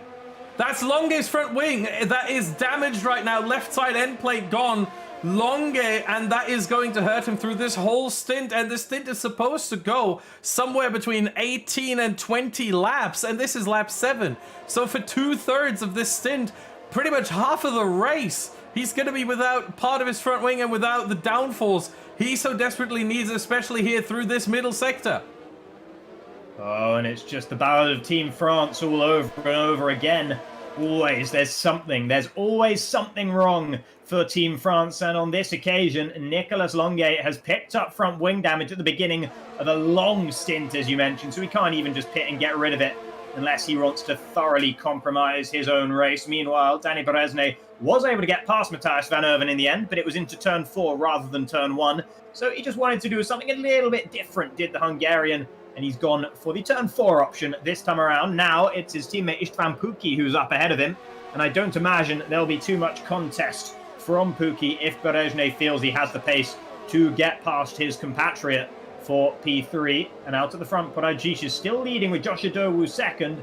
They've got pretty comfortable margins between themselves and the rest of the field, but they're not breaking the DRS train right now, as further behind there's Jarno Opmeer breezing past Nicolas Longe, who cannot do anything with that front wing damage he's picked up. Bardi Boroman thinking about a dive bomb. He's sending a dive bomb on Tino now Karinen, but Tino braked late enough, and the Iranian has to settle back down in 12th. Yeah, I mean, well, I think we have to keep an eye out on Nicolas Longe here. I was looking at him to see if he was going to pit. He decided not to. I think the best chance for him is he picks up a time penalty. That, I think, is understandable with the damage that he has. But I think the best chance for him to somehow salvage this race is to come in for an emergency pit stop a bit earlier than the intended lap 18-19, which would be around, I would say, at the very earliest, I think we could see him lap 13, at the end of lap 13, that is, and then go on to mediums for the rest of the race. I think that could save him at least a couple of points potentially, but I don't think we will see him much higher than 15th, maybe 11, 12. But yeah, that, I think, and lap 13 is really stretching it. At that point, if you do come in for mediums, you'd be at around 80% tire wear at the end of the race. So you're really risking it. But, I mean, you're going to risk it either way. Either you stay out with the front wing. Sorry to cut you off. Out of the front, Josh Adowu, he's just gone straight past Tomasz Paradzic. All of a sudden, battle is joined at the front of the race, and Josh Adowu, the Welshman, pulls the trigger on the pole, and the rest of the world team move into the lead of this race. Maybe that signals that pit stops might be coming soon, though you don't imagine it. I don't know why Josh Adowu felt like lap 9 was the lap to make the decision, but he's done it, and Paradzic now has the advantage in terms of ERS and DRS, but he is now stuck behind Adowu in second. Berezny wasn't allowed through past Istvan Puki either, and Longe has been shuffled down many, many more positions, and another 3-second time penalty to his name. It's so hard to drive once you lose elements of your front wing, and Longe is finding that out in this race in the worst possible way. Yeah, Bahrain is a track where it's so important at times to have the downforce on your front. I mean, just look at turns 9 and 10. Downhill, double left-hander, you have to brake in the first to get the second right, and if you don't have the downforce through the braking zone, Well, you can imagine what that is going to be like. You can very well imagine how difficult that's going to end up being. So Nicolas Longue really struggling with the car all the way down to 14th. Another driver who's struggling a little bit right now is Matthijs van Erven, sitting in P5 for Team Netherlands. He had 0% ERS as he was heading down the back straight there. And he's fallen away from the DRS range of Danny Brezne up ahead. So he could find himself falling prey to Dario Yamulo, Piotr Stahulec, and his own teammate Jarno Opmeer in the next few laps. Oh, Longue unless pits. he's very, very careful. Longue pits and retires altogether. I think the second penalty is what ultimately broke him there. Where he says, look, I have 6 seconds, I have this damage, no chance of recovery here whatsoever, and he just parks the car in the garage. Very, very unlucky here for Team France once more. It's just, they just can't catch a break. They need Donoso now to somehow pick up the pieces. Longue in frustration left the session as well.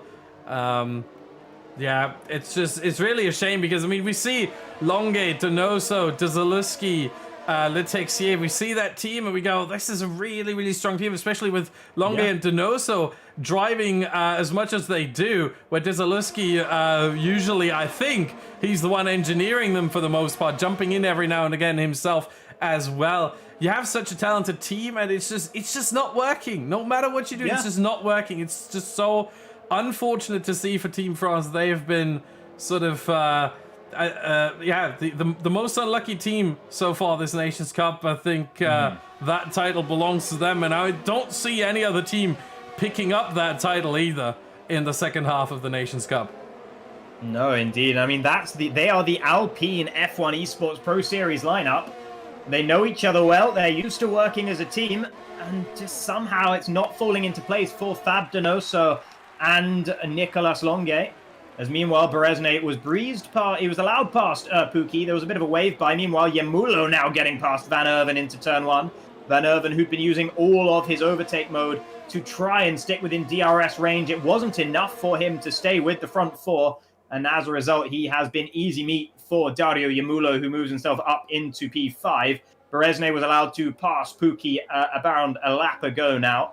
And he's already right onto the rear wing of Tomasz Poradzic, with Idowu not too far ahead at the front either. So Brezne, by the time he comes into the pits, might well be leading this race or getting very close to it. I mean, it seems like Van Erven has some kind of issue. Maybe he has invisible damage to the car, but he's missing a lot of apexes here. Look at the gap he already has now to Yamulo. 0.7 of a second and a bit more than that. And that doesn't really shrink down the back straight, down the DRS back straight. So it seems like Van Erven is really struggling either with tire temperatures, which would surprise me because the hard tires generally can take quite a bit of temperature compared to the softs and the mediums, especially the softs. So that would really surprise me, but at the same time, something just seems off about Van Erven. This is not the pace we're used to from him. He can drive usually a little bit quicker. Yamulo, meanwhile, has bridged the gap to the top 4, so he is in DRS range now of Pookie. Stahulec now getting up the inside of Van Erven into turn 1, and the pole is able to make light work of the Dutchman. That's the second lap in a row that Van Erven's lost a position. He might be fighting it back as they climb up the hill, but he has nothing left in the battery charge, and so he cannot afford to throw down the overtake mode to try and keep Piotr Stahulec behind, because he's only fighting off the inevitable for maybe another lap. And I tell you what, the story could not be more different between Van Erven and his teammate Jarno Opmeer. Jarno Opmeer on 90% battery charge right now, compared to 14% for Matthijs van Erven. Another driver who's been struggling to avoid deploying everything is Tino Naukrinen, who's losing pace at this stage of proceedings. He's lost out to Burromand, and Donoso tried to get past him on this lap as well. He couldn't quite do so, but I imagine it's only a matter of time before Naukrinen falls down into 12th. Out at the front, yeah, Brezne, he's close behind the front two, but I don't think he's going to be passing them with as much ease as he's been passing the rest of the field. Yeah, it's going to be more and more tricky now that the tires aren't really at their best anymore, and it's about time, I think, for Danny Brezne, if he goes on to hards, which I think will be what he's going to do. It's about time to think about going for the pit stop, and maybe he's going now. Let's see. Nope, he's... Oh, yes, he does. Haha. There we go. I was expecting that, and he had me worried a little bit there. But yeah, Pogačić meanwhile past Idowu, and they switch the lead once again as Berezne now in the pit lane, and he will fall all the way down, I think, to P17 there. I think Alberola might even get him too. Indeed, he does. And does Yildirim, so all the way down to 19th. Last of the drivers still out on track. And yeah, he will lose quite a bit of time, but he will have some clean air. And in fact, he does go for the hard tire. So it is a one stop for Danny Berezne. He should have quite a bit of pace now on everyone else. The question is just, I think he will re-emerge in the lead once everyone makes their pit stop, which is obviously quite a bit out from this point. But the question is, can he keep that lead once everyone else have made their pit stops? Yeah, indeed, that is the question. As now Karinen and Donoso have just been battling for about half a lap there. Now Karinen managing to stay ahead of the Team France driver, just about. Boromand ahead of them. He's still not really closing in on Levece and the two Dutchmen all that quickly. Jarno Opmeer was also waved past Van Erven on the previous lap. But it's interesting. I think Josh Idowu might have shot his bolt a little bit early in this race. We saw him getting past Pogačić a few laps ago, and since then he's used a lot of his battery charge compared to Pogačić, who's been able to save it up. And now we can see the difference that has caused. Pogačić was able to get back past Idowu exactly when he wanted to. Pookie behind, he's down at 3%. He's using everything to stay within DRS range in preparation for Dario Yemulo catching him, but Yemulo is also in the single digits. So a lot of these drivers who've been battling with one another, they're running very low on electrical charge. It's not true for Jarno Opmeer. He's still at 80% right now, so he should make light work of Stahulets and Yemulo in the coming laps, and then look to close down Istvan Pukki for third.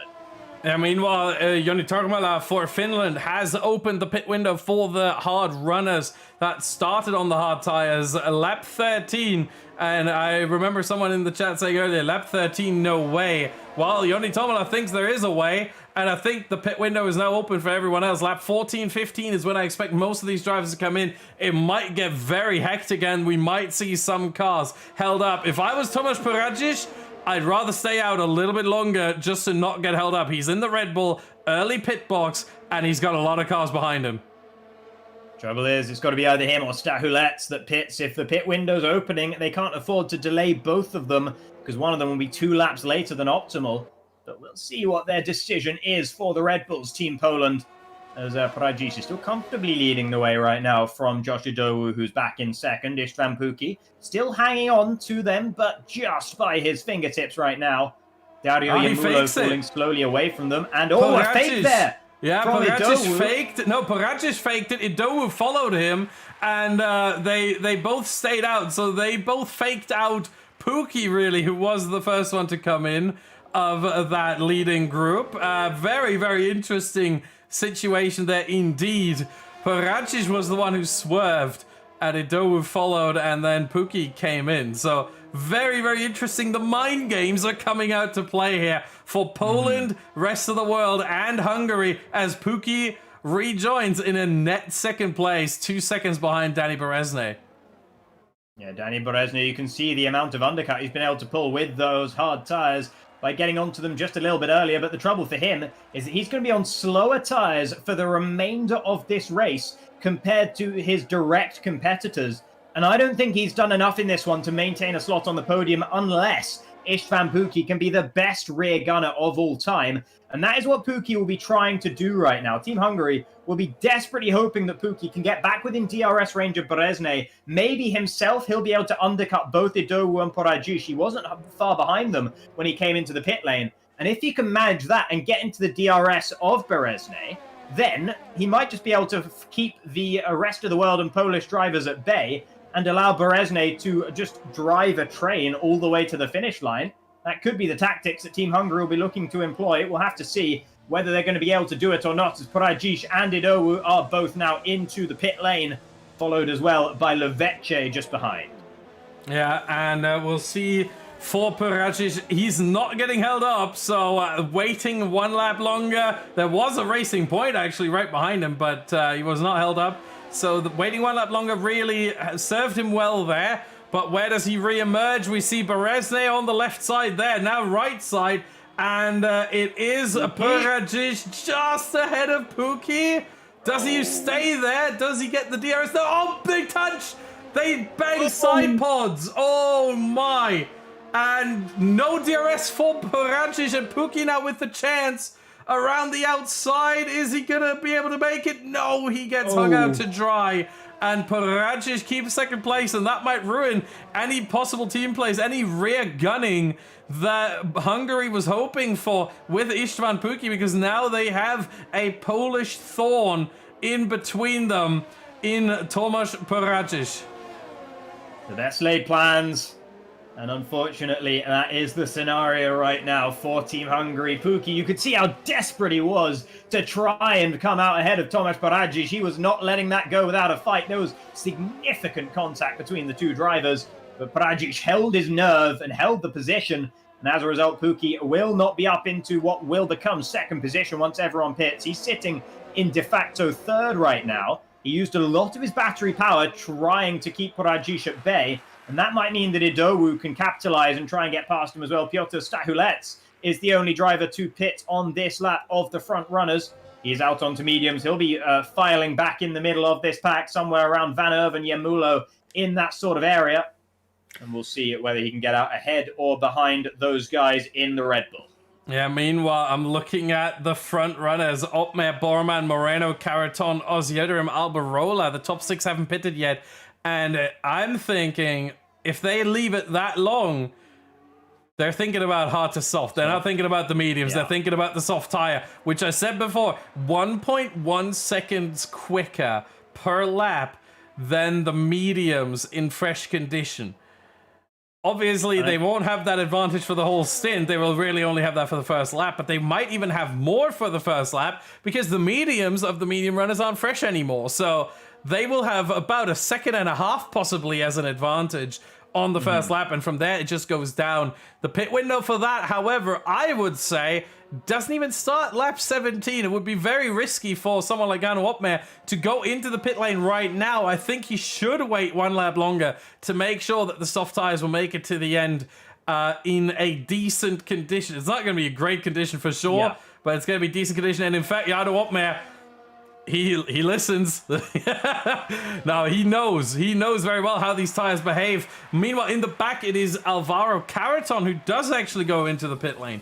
Now is he going oh, I don't want to hear that. That is, I apologize for the rev glitch there.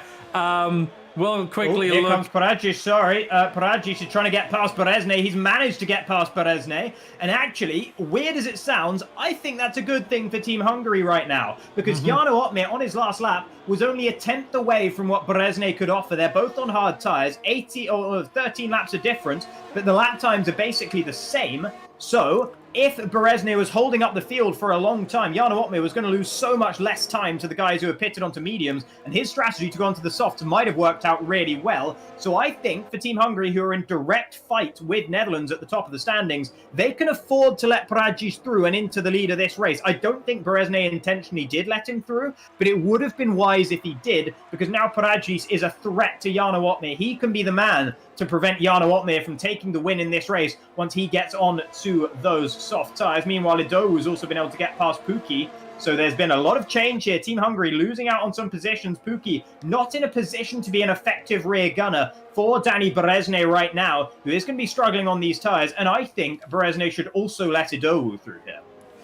I'm not so sure about that one. I think he's going to put up a fight as much as possible. Meanwhile, Jarno Otmar into the pit lane now. Barry Burrowman follows in, and I think that will be soft tires for both of them. As we saw, Alvaro Caraton, meanwhile, went on to mediums. He does not like the softs here. And indeed, it is soft tires for Otmar. And let's quickly put on the tire graphic here. It is soft for Otmar, for Boromand. And it is mediums for Moreno and softs for Alberola. So Moreno playing it safe here. Don't know exactly why, but yeah. Jarno Otmar down in 14th, and it's getting really close with Caraton and Borrowman there. Caraton slips past one. Otmar, however, has both of them behind now.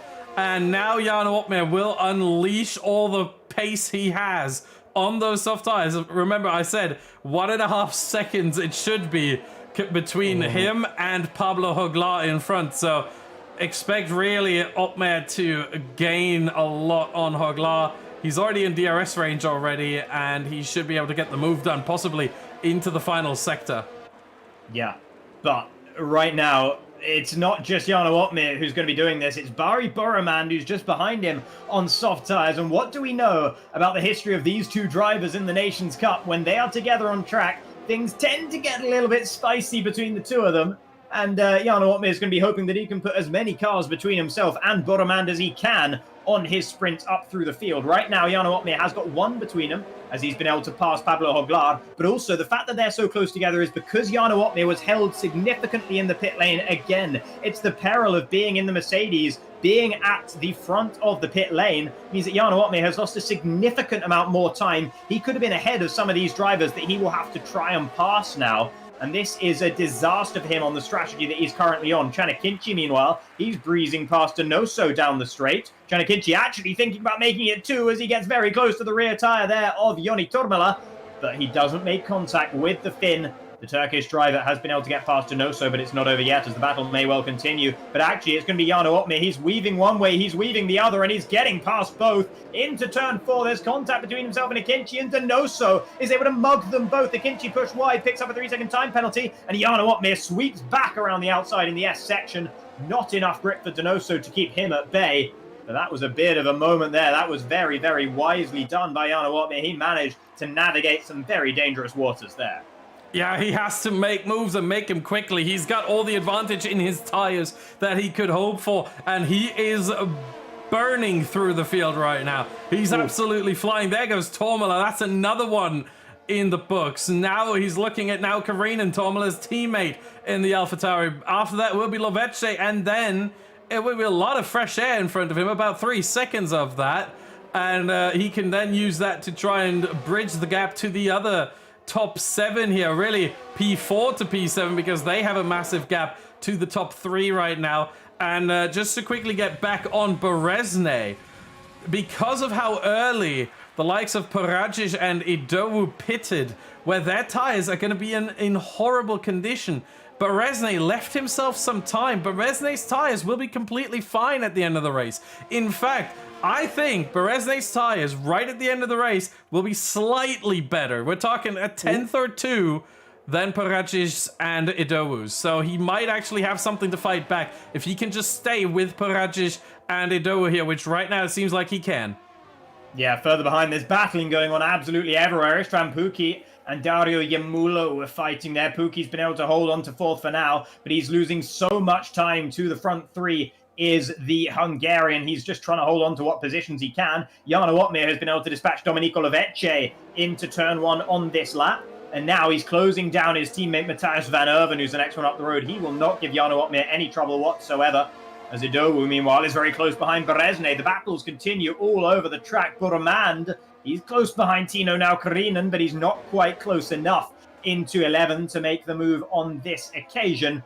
Jarno Opmer has already gained 1.5 seconds of that 3-second gap to his teammate up ahead in the matter of about half a lap. Boromand does manage to get past now Karinen into 13 there, and you can see what a huge advantage fresh, soft tyres gives you. Yeah, that was a fantastic move.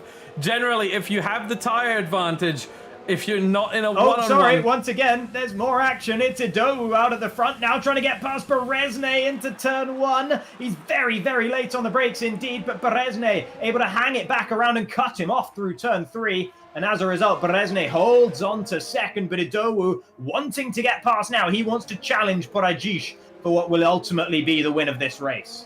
Yeah, they have to be careful, though. The more you battle, the more time you lose. And you still have a car in front in Tomasz Parajic who might use that battling to pull away and secure himself the win. So they have to be really careful with how much they battle each other. How much Idowu especially tries to get past Berezne, and how much Berezne fights it as well. Again, as I said, Berezne might have the race come towards him at the end of it. With his tires, with his harder compound that will be in a better shape once we get to around lap 27-28. But wait, there's more. There's Jarno Opmeer getting a loud pass by Matthijs van Erven. Stahulets, Pukki and Yemulo were 3 wide at one point on this last lap. They are battling tooth and nail with one another, and that is exactly what Jarno Opmeer doesn't want, because those are the situations where you risk losing front wing. When you're in a much faster car with better tyres on it, you sometimes struggle to account for the amount of extra speed you're going to have to the cars ahead, and that is even more so when they are all battling with one another and putting themselves offline. Stahulets has a bit of a moment out of the final corner, and that's going to give Jarno Opmeer all the opportunity he needs. He needs no more of an invitation to get past one. He needs no more of an invitation to try and get past a second. Istvan Pukki goes defensive, and Jarno Opmeer switches back to the outside. Pukki can't brake late enough because there's a racing point in his way, and as a result, Jarno Opmeer's been able to get past the pair of them, and maybe up the hill, he might get past Yemulo as well. It's 3 cars in 3 corners from Jarno Opmeer. That is special stuff from the Dutchman, and he finds himself in clean air once again. His tyres aren't even old right now. He's got 4.5 seconds to catch up to Porajic, Berezne and Idowu up ahead, and I'm not sure he can't do that. Oftentimes we think about the best drivers, oh, they're just the fastest. No, sometimes you need that kind of skill right here to be able to dispatch of cars on a different tire, on a different strategy quickly. Make the most of the tires you have, make the most of your situation. This is why Jarno Opmeer is the F1 esports champion, the reigning F1 esports champion. This right here, being able to get through this whole pack as swiftly and swimmingly as he just did. 5 seconds the gap to Porajic, 4 seconds to Idowu. He might be there by the end of the race. The question just is, will he have enough to be able to get past them, or will his tires run out? I don't even know. This can go either way. Trouble is for Jarno Opmeer, he has used a lot of battery charge getting past everyone that he's managed to pass. He came out of the pits in 15th. He's now in 4th.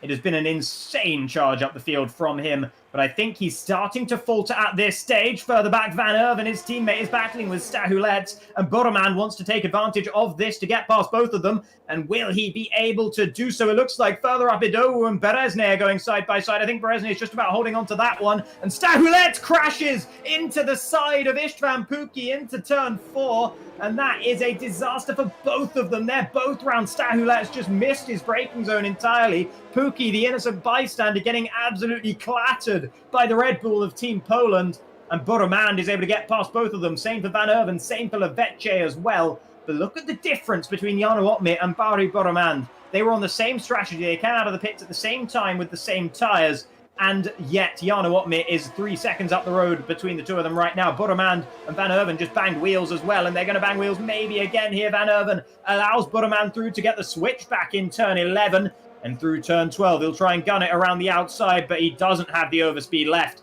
Oh, he thinks about it. There's contact again, and that's Van Erven round, and it's Borreman off into the gravel as well. Can Levece navigate the situation? Yes, he can, and he's now up in a P6. It's a gift for Team Italy right there, and I tell you what, that was coming from a while away. Van Erven was not happy with Borreman. Borreman made contact with him into turn 10, and then they banged wheels on the straight afterwards, and it was inevitable. There was going to be a collision. Once again, it's a Mercedes and Borreman. And now he's not done yet. Bari is back up the inside of Levece into turn 1. His gift hasn't lasted for too long as the soft tyres are just too powerful to compete with. Yeah, meanwhile, Pukki goes past Van Erven here. There's a lot going on in the midfield right now. Meanwhile, the top 3 still unchanged. They've been battling a lot, but still unchanged there as we see Stahulets in the pit lane and Donoso as well. They're going on to soft tyres. Remember, there is no point for the fastest lap, no matter where you finish, even if you are in the top 15. There is no point for the fastest lap. It's only points for the top 15 positions. So they're just hoping at this point, really, for a safety car. Meanwhile, I think we do have to talk about the 5-second penalty that Matthijs van Erven got. He got that for overtaking under yellow flags. That penalty might get removed by the stewards at the end of the race if it was deemed that the penalty was given wrongfully by the game. So we can really not take that into account for too much, as Van Erven has a massive moment there out of 13, almost loses the car, and thankfully just catches it back up. And he is now trying to battle with Istvan Pukki a little bit more to at least potentially get 9th place here. Will Pukki have DRS? He will not. So this is the opportunity for Van Erven as it heats up a little bit more at the front. Less than a second between the top 3. And there goes a lot of battling there. Pukki, Van Erven, Caraton past both of them. Past both of them initially, but Pukki might be able to get him back down the next straight here. Van Erven's fallen back into 11th. He's a man driving angry right now, and Caraton has been able to dispatch both him and Pukki Moreno, taking advantage of the Dutchman's misfortune as Van Erven is fading fast in this race. And Istvan Pukki, of course, was the unfortunate victim of that incident with Stahulets earlier on as well. Stahulets' teammate Praji still leading the way. Berezne second, Idowu third, Jarno Opmeer getting closer in fourth. It's 2.3 seconds now between himself and the front runners. I don't think he's going to have enough to claim a spot on the podium unless any penalties are applied to the front 3. But nevertheless, it has been a storming drive from Jarno Opmeer. Same for Danny Berezne, both of them. It's been a tale of 2 drives. In the first stint of the race, it was Berezne making all the moves. Then it was Jarno Opmeer doing it, and now the chaos has started to reign all over the circuit. Barry Boromand is starting to falter in his pace as well. He's not getting much closer to Dario Yemulo up ahead. And let's not forget, Boromand has that 3-second time penalty, so he's going to be falling down to both Lavecce and now Karinen. And if he's not careful, Alvaro Caraton might be able to claim that spot as well. Team Spain have left it late for a big charge up the field, but they went on to mediums much later than everyone else. And they have fresher tyres at this stage. They're up to 9th and 11th, so they're at least on for some decent points to make that 9th and 10th as Moreno dispatches Pukki. And I think we have to look at the top 3 at this point. Jarno Opmeer will not get there. He will get 4th place at best, and 4th place most likely, unless penalties somehow interfere. But it will be between Poradzic, Berezne, and Idowu. Once again, I think at this point, Berezne's tyres should be on par with the mediums of Poradzic and Idowu. They should only get better, though, compared to the mediums that obviously wear out quite a bit faster. So Berezne might have an opportunity here, maybe on lap 29 of 29, to get a move done on Poradzic. This is going to go down to the very wire. It absolutely is. And let us know in chat who you think is going to be the ultimate victor here. It's a 3-way scrap between Poradzic, Berezne, and Idowu. And the disadvantage that Berezne had a couple of laps ago in terms of the tyres, that's pretty much gone now. The disadvantage he had in terms of his ERS, that's also gone. He's got more than Josh Idowu right now, and only a tiny bit less than Tomek Poradzic, who has the most of the front 3. He's sitting at about 50%, 45 for Berezne, and 20 now for Josh Idowu, who looks to be fading just a little bit, but maybe he's got one last charge in him. As he starts to get closer to the rear wing of the Alfa Romeo up ahead, he thinks about the move into turn 1. But he couldn't quite get there in time. Berezne holding on to that one as we enter the penultimate lap of the race. Jarno Opmeer is falling away from these guys now as Alvaro Caraton makes a move on Tino Naukarinen into turn 1 to move it up to 8th and 10th now for Team Spain. Chanakinci battling with Tormala at the back. But let's look at the front where Berezne looks like he might just be the fastest of these 3 drivers in the last couple of laps. Yeah, I mean, this is getting really interesting now. Where does Berezne fancy his chances? Is he going to do it like he did in the first stint, where he says, hey, turn 1, you know, that served me well? If so, he's going to have to do it at the end of this lap and the start of the next one, because the start of the next lap will be the last time they get to turn 1. And then he would have to hold on to this first place for the whole rest of the lap. My goodness, where is Berezne going to fancy his chances? Is he going to do it up to turn 4? Is he going to do it on the back straight? There are so many possibilities here, but you don't want to leave it too late. You don't want to do it too early either, because then Poradzic can come right back at him. Half a second now. It's getting a little bit less. Is Berezne going to use some of his ERS? Not really. In fact, I think Poradzic used a bit more there to get away from the Hungarian. Final lap of the race. Where is Berezne going to try it? He can't try it into turn 1. He's just too far back on Poradzic right now. He'll get closer. He'll think about the move into turn 4. He's got about 10% better battery charge. Josh Idowu, he's down and out of the race win now. He has got nothing left in the tank whatsoever.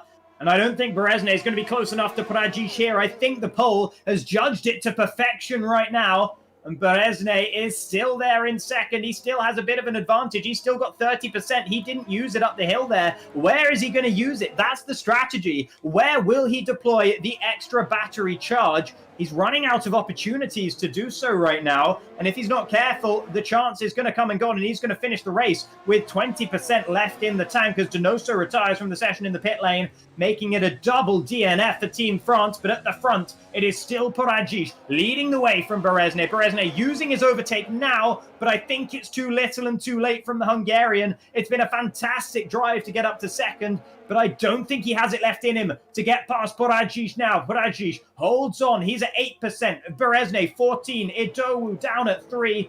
So it's between the front two, and I think Poradzic, with no DRS zones left available, the pole should have it. It's the final corner of the final lap now, and you can see Berezne is getting closer. He's the shark in the water, but he's just not close enough. And Tomasz Poradzic will claim victory in Bahrain. Yeah, what a drive from Poradzic. What a drive from Berezne and Idowu. All three drivers done really, really well for themselves. I mean, look at how many positions they gained here. Berezne 10. Just remarkable from him, and Poradzic from pole position. As I said before, it's one thing to start on pole position. It's a whole different thing in a 50% race with that sort of a grid to come out the winner. So Tomasz Poradzic, take a bow. What a race, what a drive. And to withstand that pressure from Dani Berezne for about, 15 laps ultimately? Just truly, truly remarkable from Tomasz Poradzic here. Yeah, no, fantastic stuff from him. I mean, he had the benefit of starting from the very front, but he had to make it work. He, in the end, had enough to see off the challenge of Josh Idowu, and he had enough to see off the challenge of Dani Berezne as well. Tomasz Poradzic takes the win in Bahrain, making it Poland's first win of the Nations Cup. And that is great, great news for them. Sorely needed. Currently down in 7th in the standings. They might be getting closer to the likes of Italy and Finland. Italy themselves had a pretty solid race, actually, with a double point scoring finish. I think it was 5th and 6th for Yemulo and Lovece in the end. Caraton and Moreno had great recovery drives from Spain after being forced to start from the very back of the grid. They finished up in 7th and 8th. Good job from them as well. And Jano Opme, you got to say, that stint on the soft tyres was incredible. But he just ran out of puff towards the very end, couldn't make his way onto the podium. And Buramand, who did the same strategy, ended up down in 10th as a result of that penalty. Yeah, meanwhile, I just tried to quickly add up the points for all the teams. For Poland, it's going to be 25 as Stachulec is outside the top 15, so no points for him there. For Italy, it's going to be 26. That's what a P5 and a P6 will do for you under our point system. So P5 and P6 is better than P1 and P16. And Yemulo and Lovece will get themselves 26 points for Italy. Caraton and Moreno also pretty strong there, 22 points after starting dead last. 19th and 20th, massive result for them right here. Caraton gaining 13 places, Moreno gaining 11. I think one thing we do have to mention once more is that the 5-second penalty for Matthijs van Erven might get removed, but even if so, he would only gain one position on Janak Inci, and so ultimately it would be the difference between 1 or 2 points for him there. So ultimately not that much of a difference there as Jan Opmeer finishes in 4th, and so for the Netherlands it's going to be around, 25, 21, 18, 16. So 17 points as we stand right now for them. Might be 18 when all is said and done. Rest of the world, P3, P10. That would be 6 points for Boromand and 18. So 24 for rest of the world. You see how close this is. 26, 25, 24, 22. Yeah, for Hungary, it's going to be very much the same. For them, it's going to be 26 as well.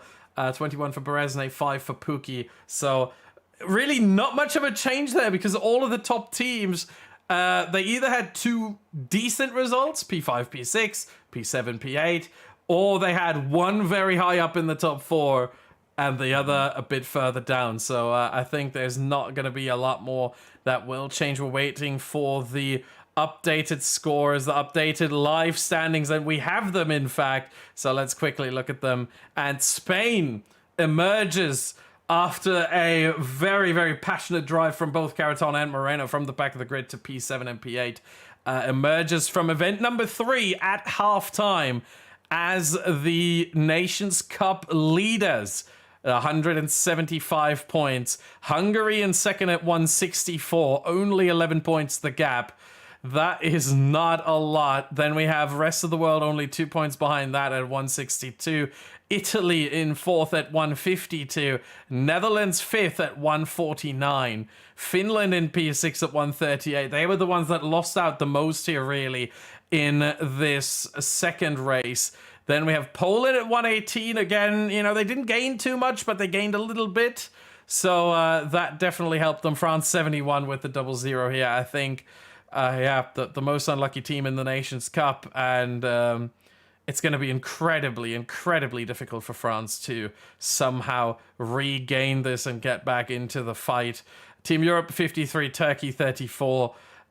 Those are the live standings. Now, we will have some interviews coming in just a minute or two, but first off, we will have some more words from our sponsors.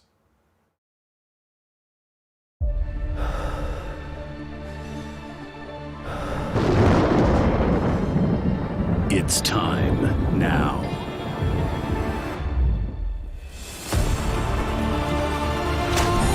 Your blood is burning.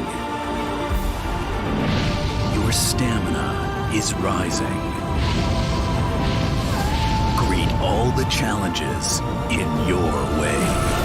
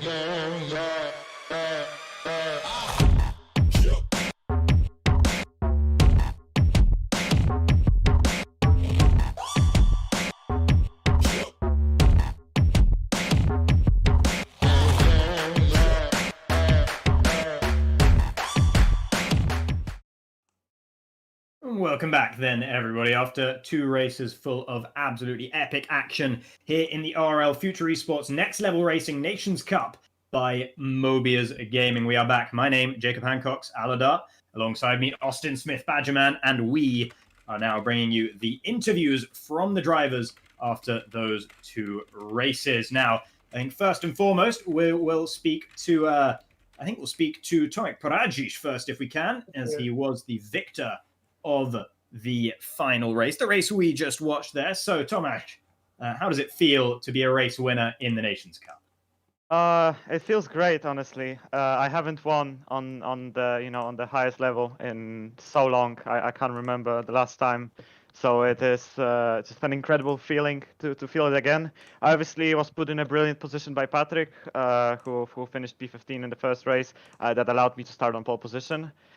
Which it was a hard battle for P15 for Patrick in the first race. He had to overcome a lot of things not going his way. So he never gave up in that first race, and thanks to him, I started on pole. And then the first stint, obviously, I had to defend from Josh. And then when we came out of the pits, Danny came into the whole battle, whole train, and it was us 3 at the end just pushing. And we were all giving it everything. So although I was put in a brilliant position here, starting on pole, I still had to give it everything, and the feeling of winning is just fantastic. And how worried were you about Danny just behind you on those hard tires with you guys on the mediums? As the race was getting to a close, I imagine your mediums were getting pretty secondhand. So were you concerned that Danny was going to be able to get past you? I think a little bit. I think when I overtook him, I really wanted to get out of his DRS, out of the 1 second window.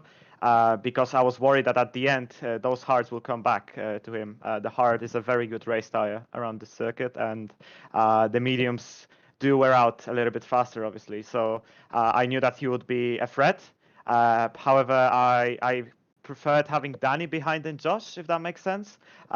Just because I had that just the tire advantage for most of that second stint. So yeah, Danny did come close towards the end of the race. However, yeah, I was ready for it, and I prepared all my ERS, all my fuel, and I had pretty much everything to defend with in the last lap. So at the end of the day, I was pretty confident I was going to win. However, yeah, Danny was definitely a major threat in the lasting stages of the race.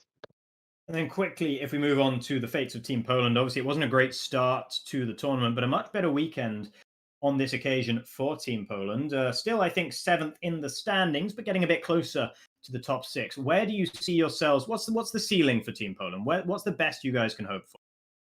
Well, as high as possible. I mean, this event was kind of scuffed for us because we had to change the lineup very late on because Camille had to pull out very late, and he was our main hope of good points in Austria. So we knew that this event might be somewhat of a damage limitation, obviously, because we weren't able to have the exact lineup that practice for tracks and stuff. However, yeah, we still take away a very good amount of points thanks to the reverse grip format. However, as a team, I think we want to be aiming, as I said, as high as possible. We think that with a bit of luck and some solid performances, we can even challenge that top 3. I think we see ourselves as a little bit of underdogs going into the rest of the season. So we'll obviously be doing that. I think we've already proved that we can take podiums, we can win races, we can score very solid points, with 2 people, with 2 cars. So yeah, I think top 3 is still definitely up for grabs for us, and we'll push even harder now to achieve that. Well, best of luck to you and to Team Poland in the remaining races. Congratulations on the win, and thank you for joining us for the interview. So next up, we will speak to Danny Berezne, the man who finished 2nd in Bahrain and finished pretty well, finished 3rd, I think, in the first race. Is that correct? Yes. Yes, okay. Knew my memory was right on that one. So let's speak about that second race in Bahrain, because that was an epic race, particularly for you in that first stint. How was that first stint from your perspective? Yeah, so I started the race on better tires because I knew that's the only way I can gain some positions in the train. I tried to be really smart with my ERS management. Luckily in Bahrain there are quite a few braking zones to recover, even if you use most of your energy.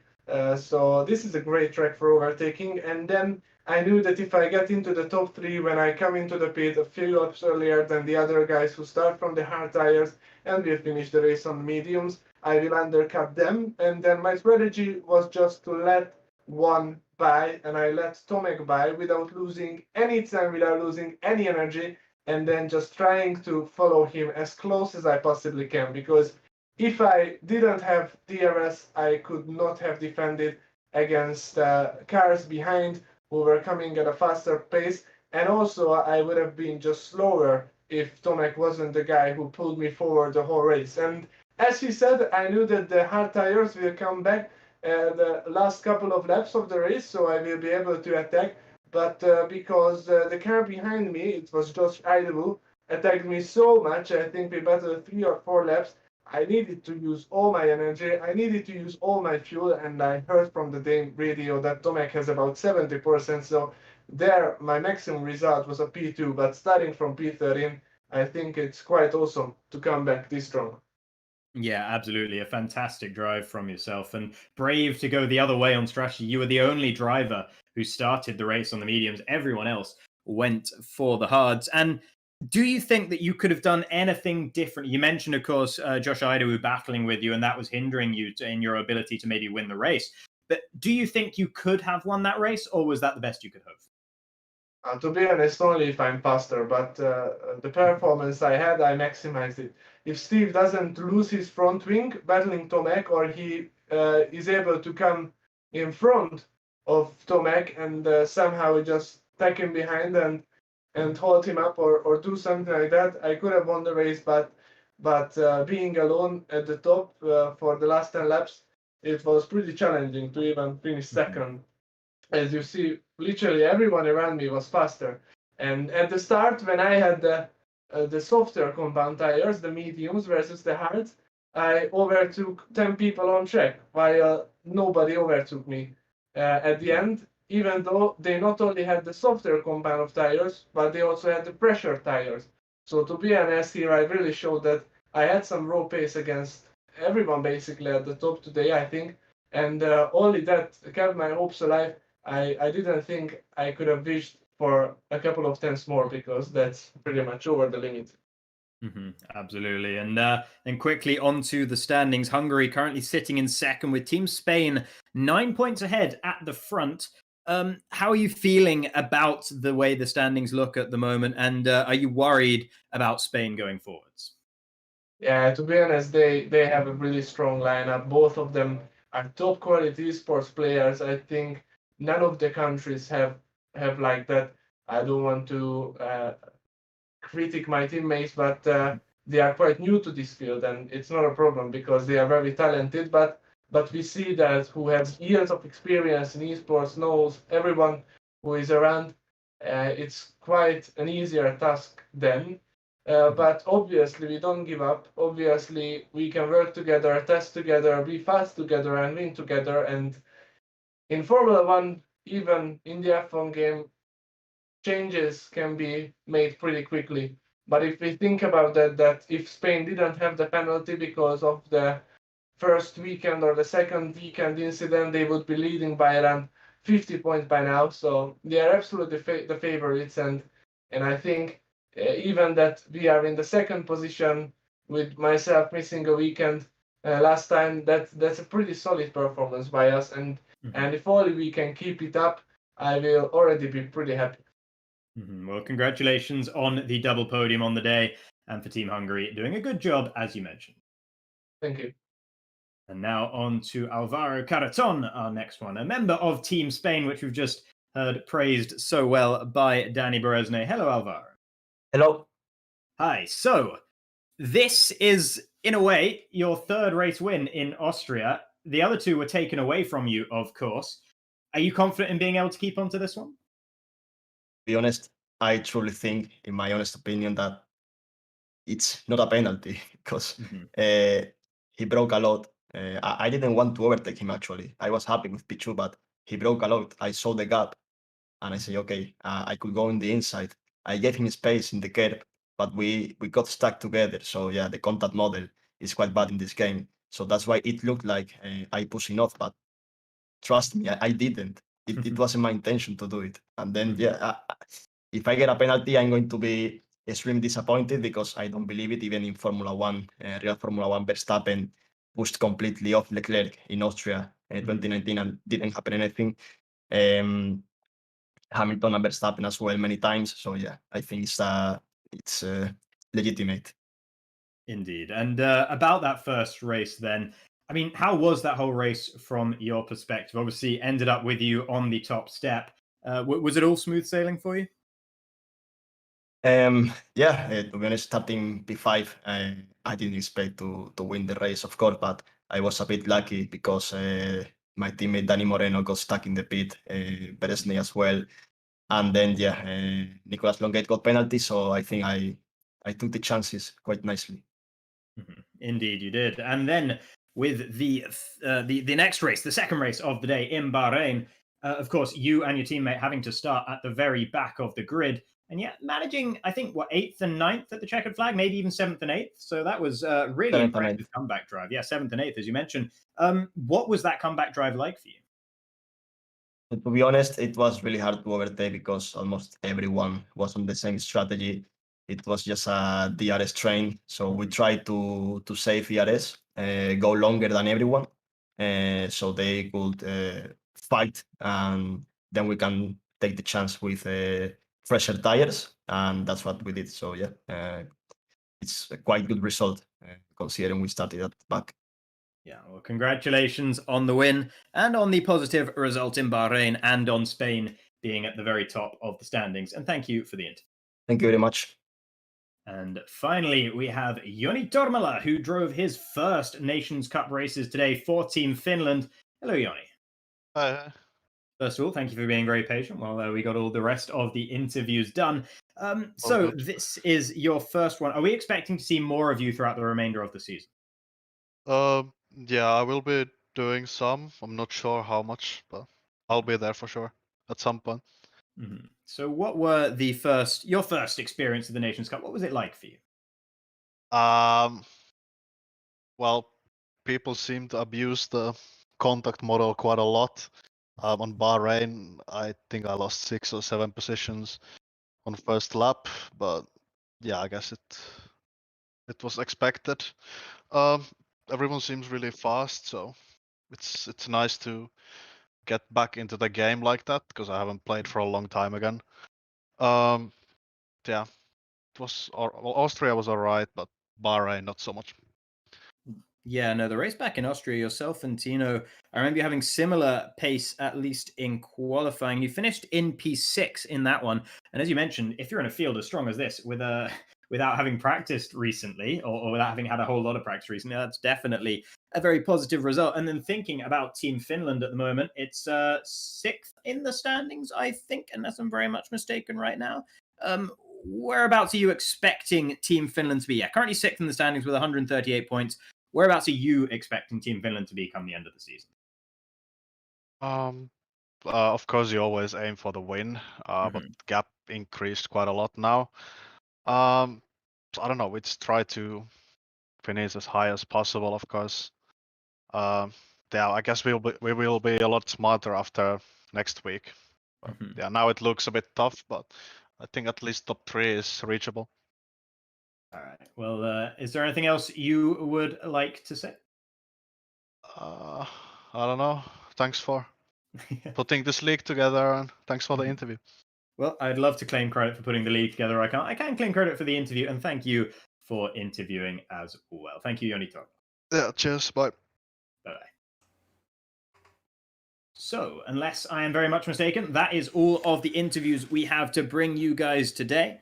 And I believe now we can get a little sneak peek of what we can expect from next weekend's competition. Indeed, we are going to have the same format next week again, except different tracks, of course. We can't run the same tracks, really, all too much. So it will be Russia for the short qualifying and 25% race. And then it will be Abu Dhabi, the now traditional real-life F1 season finale that will host a reverse grid 50% race. The 2 long DRS straights, I think, should provide plenty of overtaking opportunity. But don't forget the final sector, very tight, twisty, narrow. And if you have a bit of an advantage on grip, as we saw with Danny Berezne today on the alternate strategy, you might be able to make some overtakes happen there. So that will be the format next Sunday. That is May 23rd, if you want to write it down in your calendars, at around 7 p.m. Central European time. That is 6 p.m. UK is when we get started. We might get a couple of interviews before that, as we did today.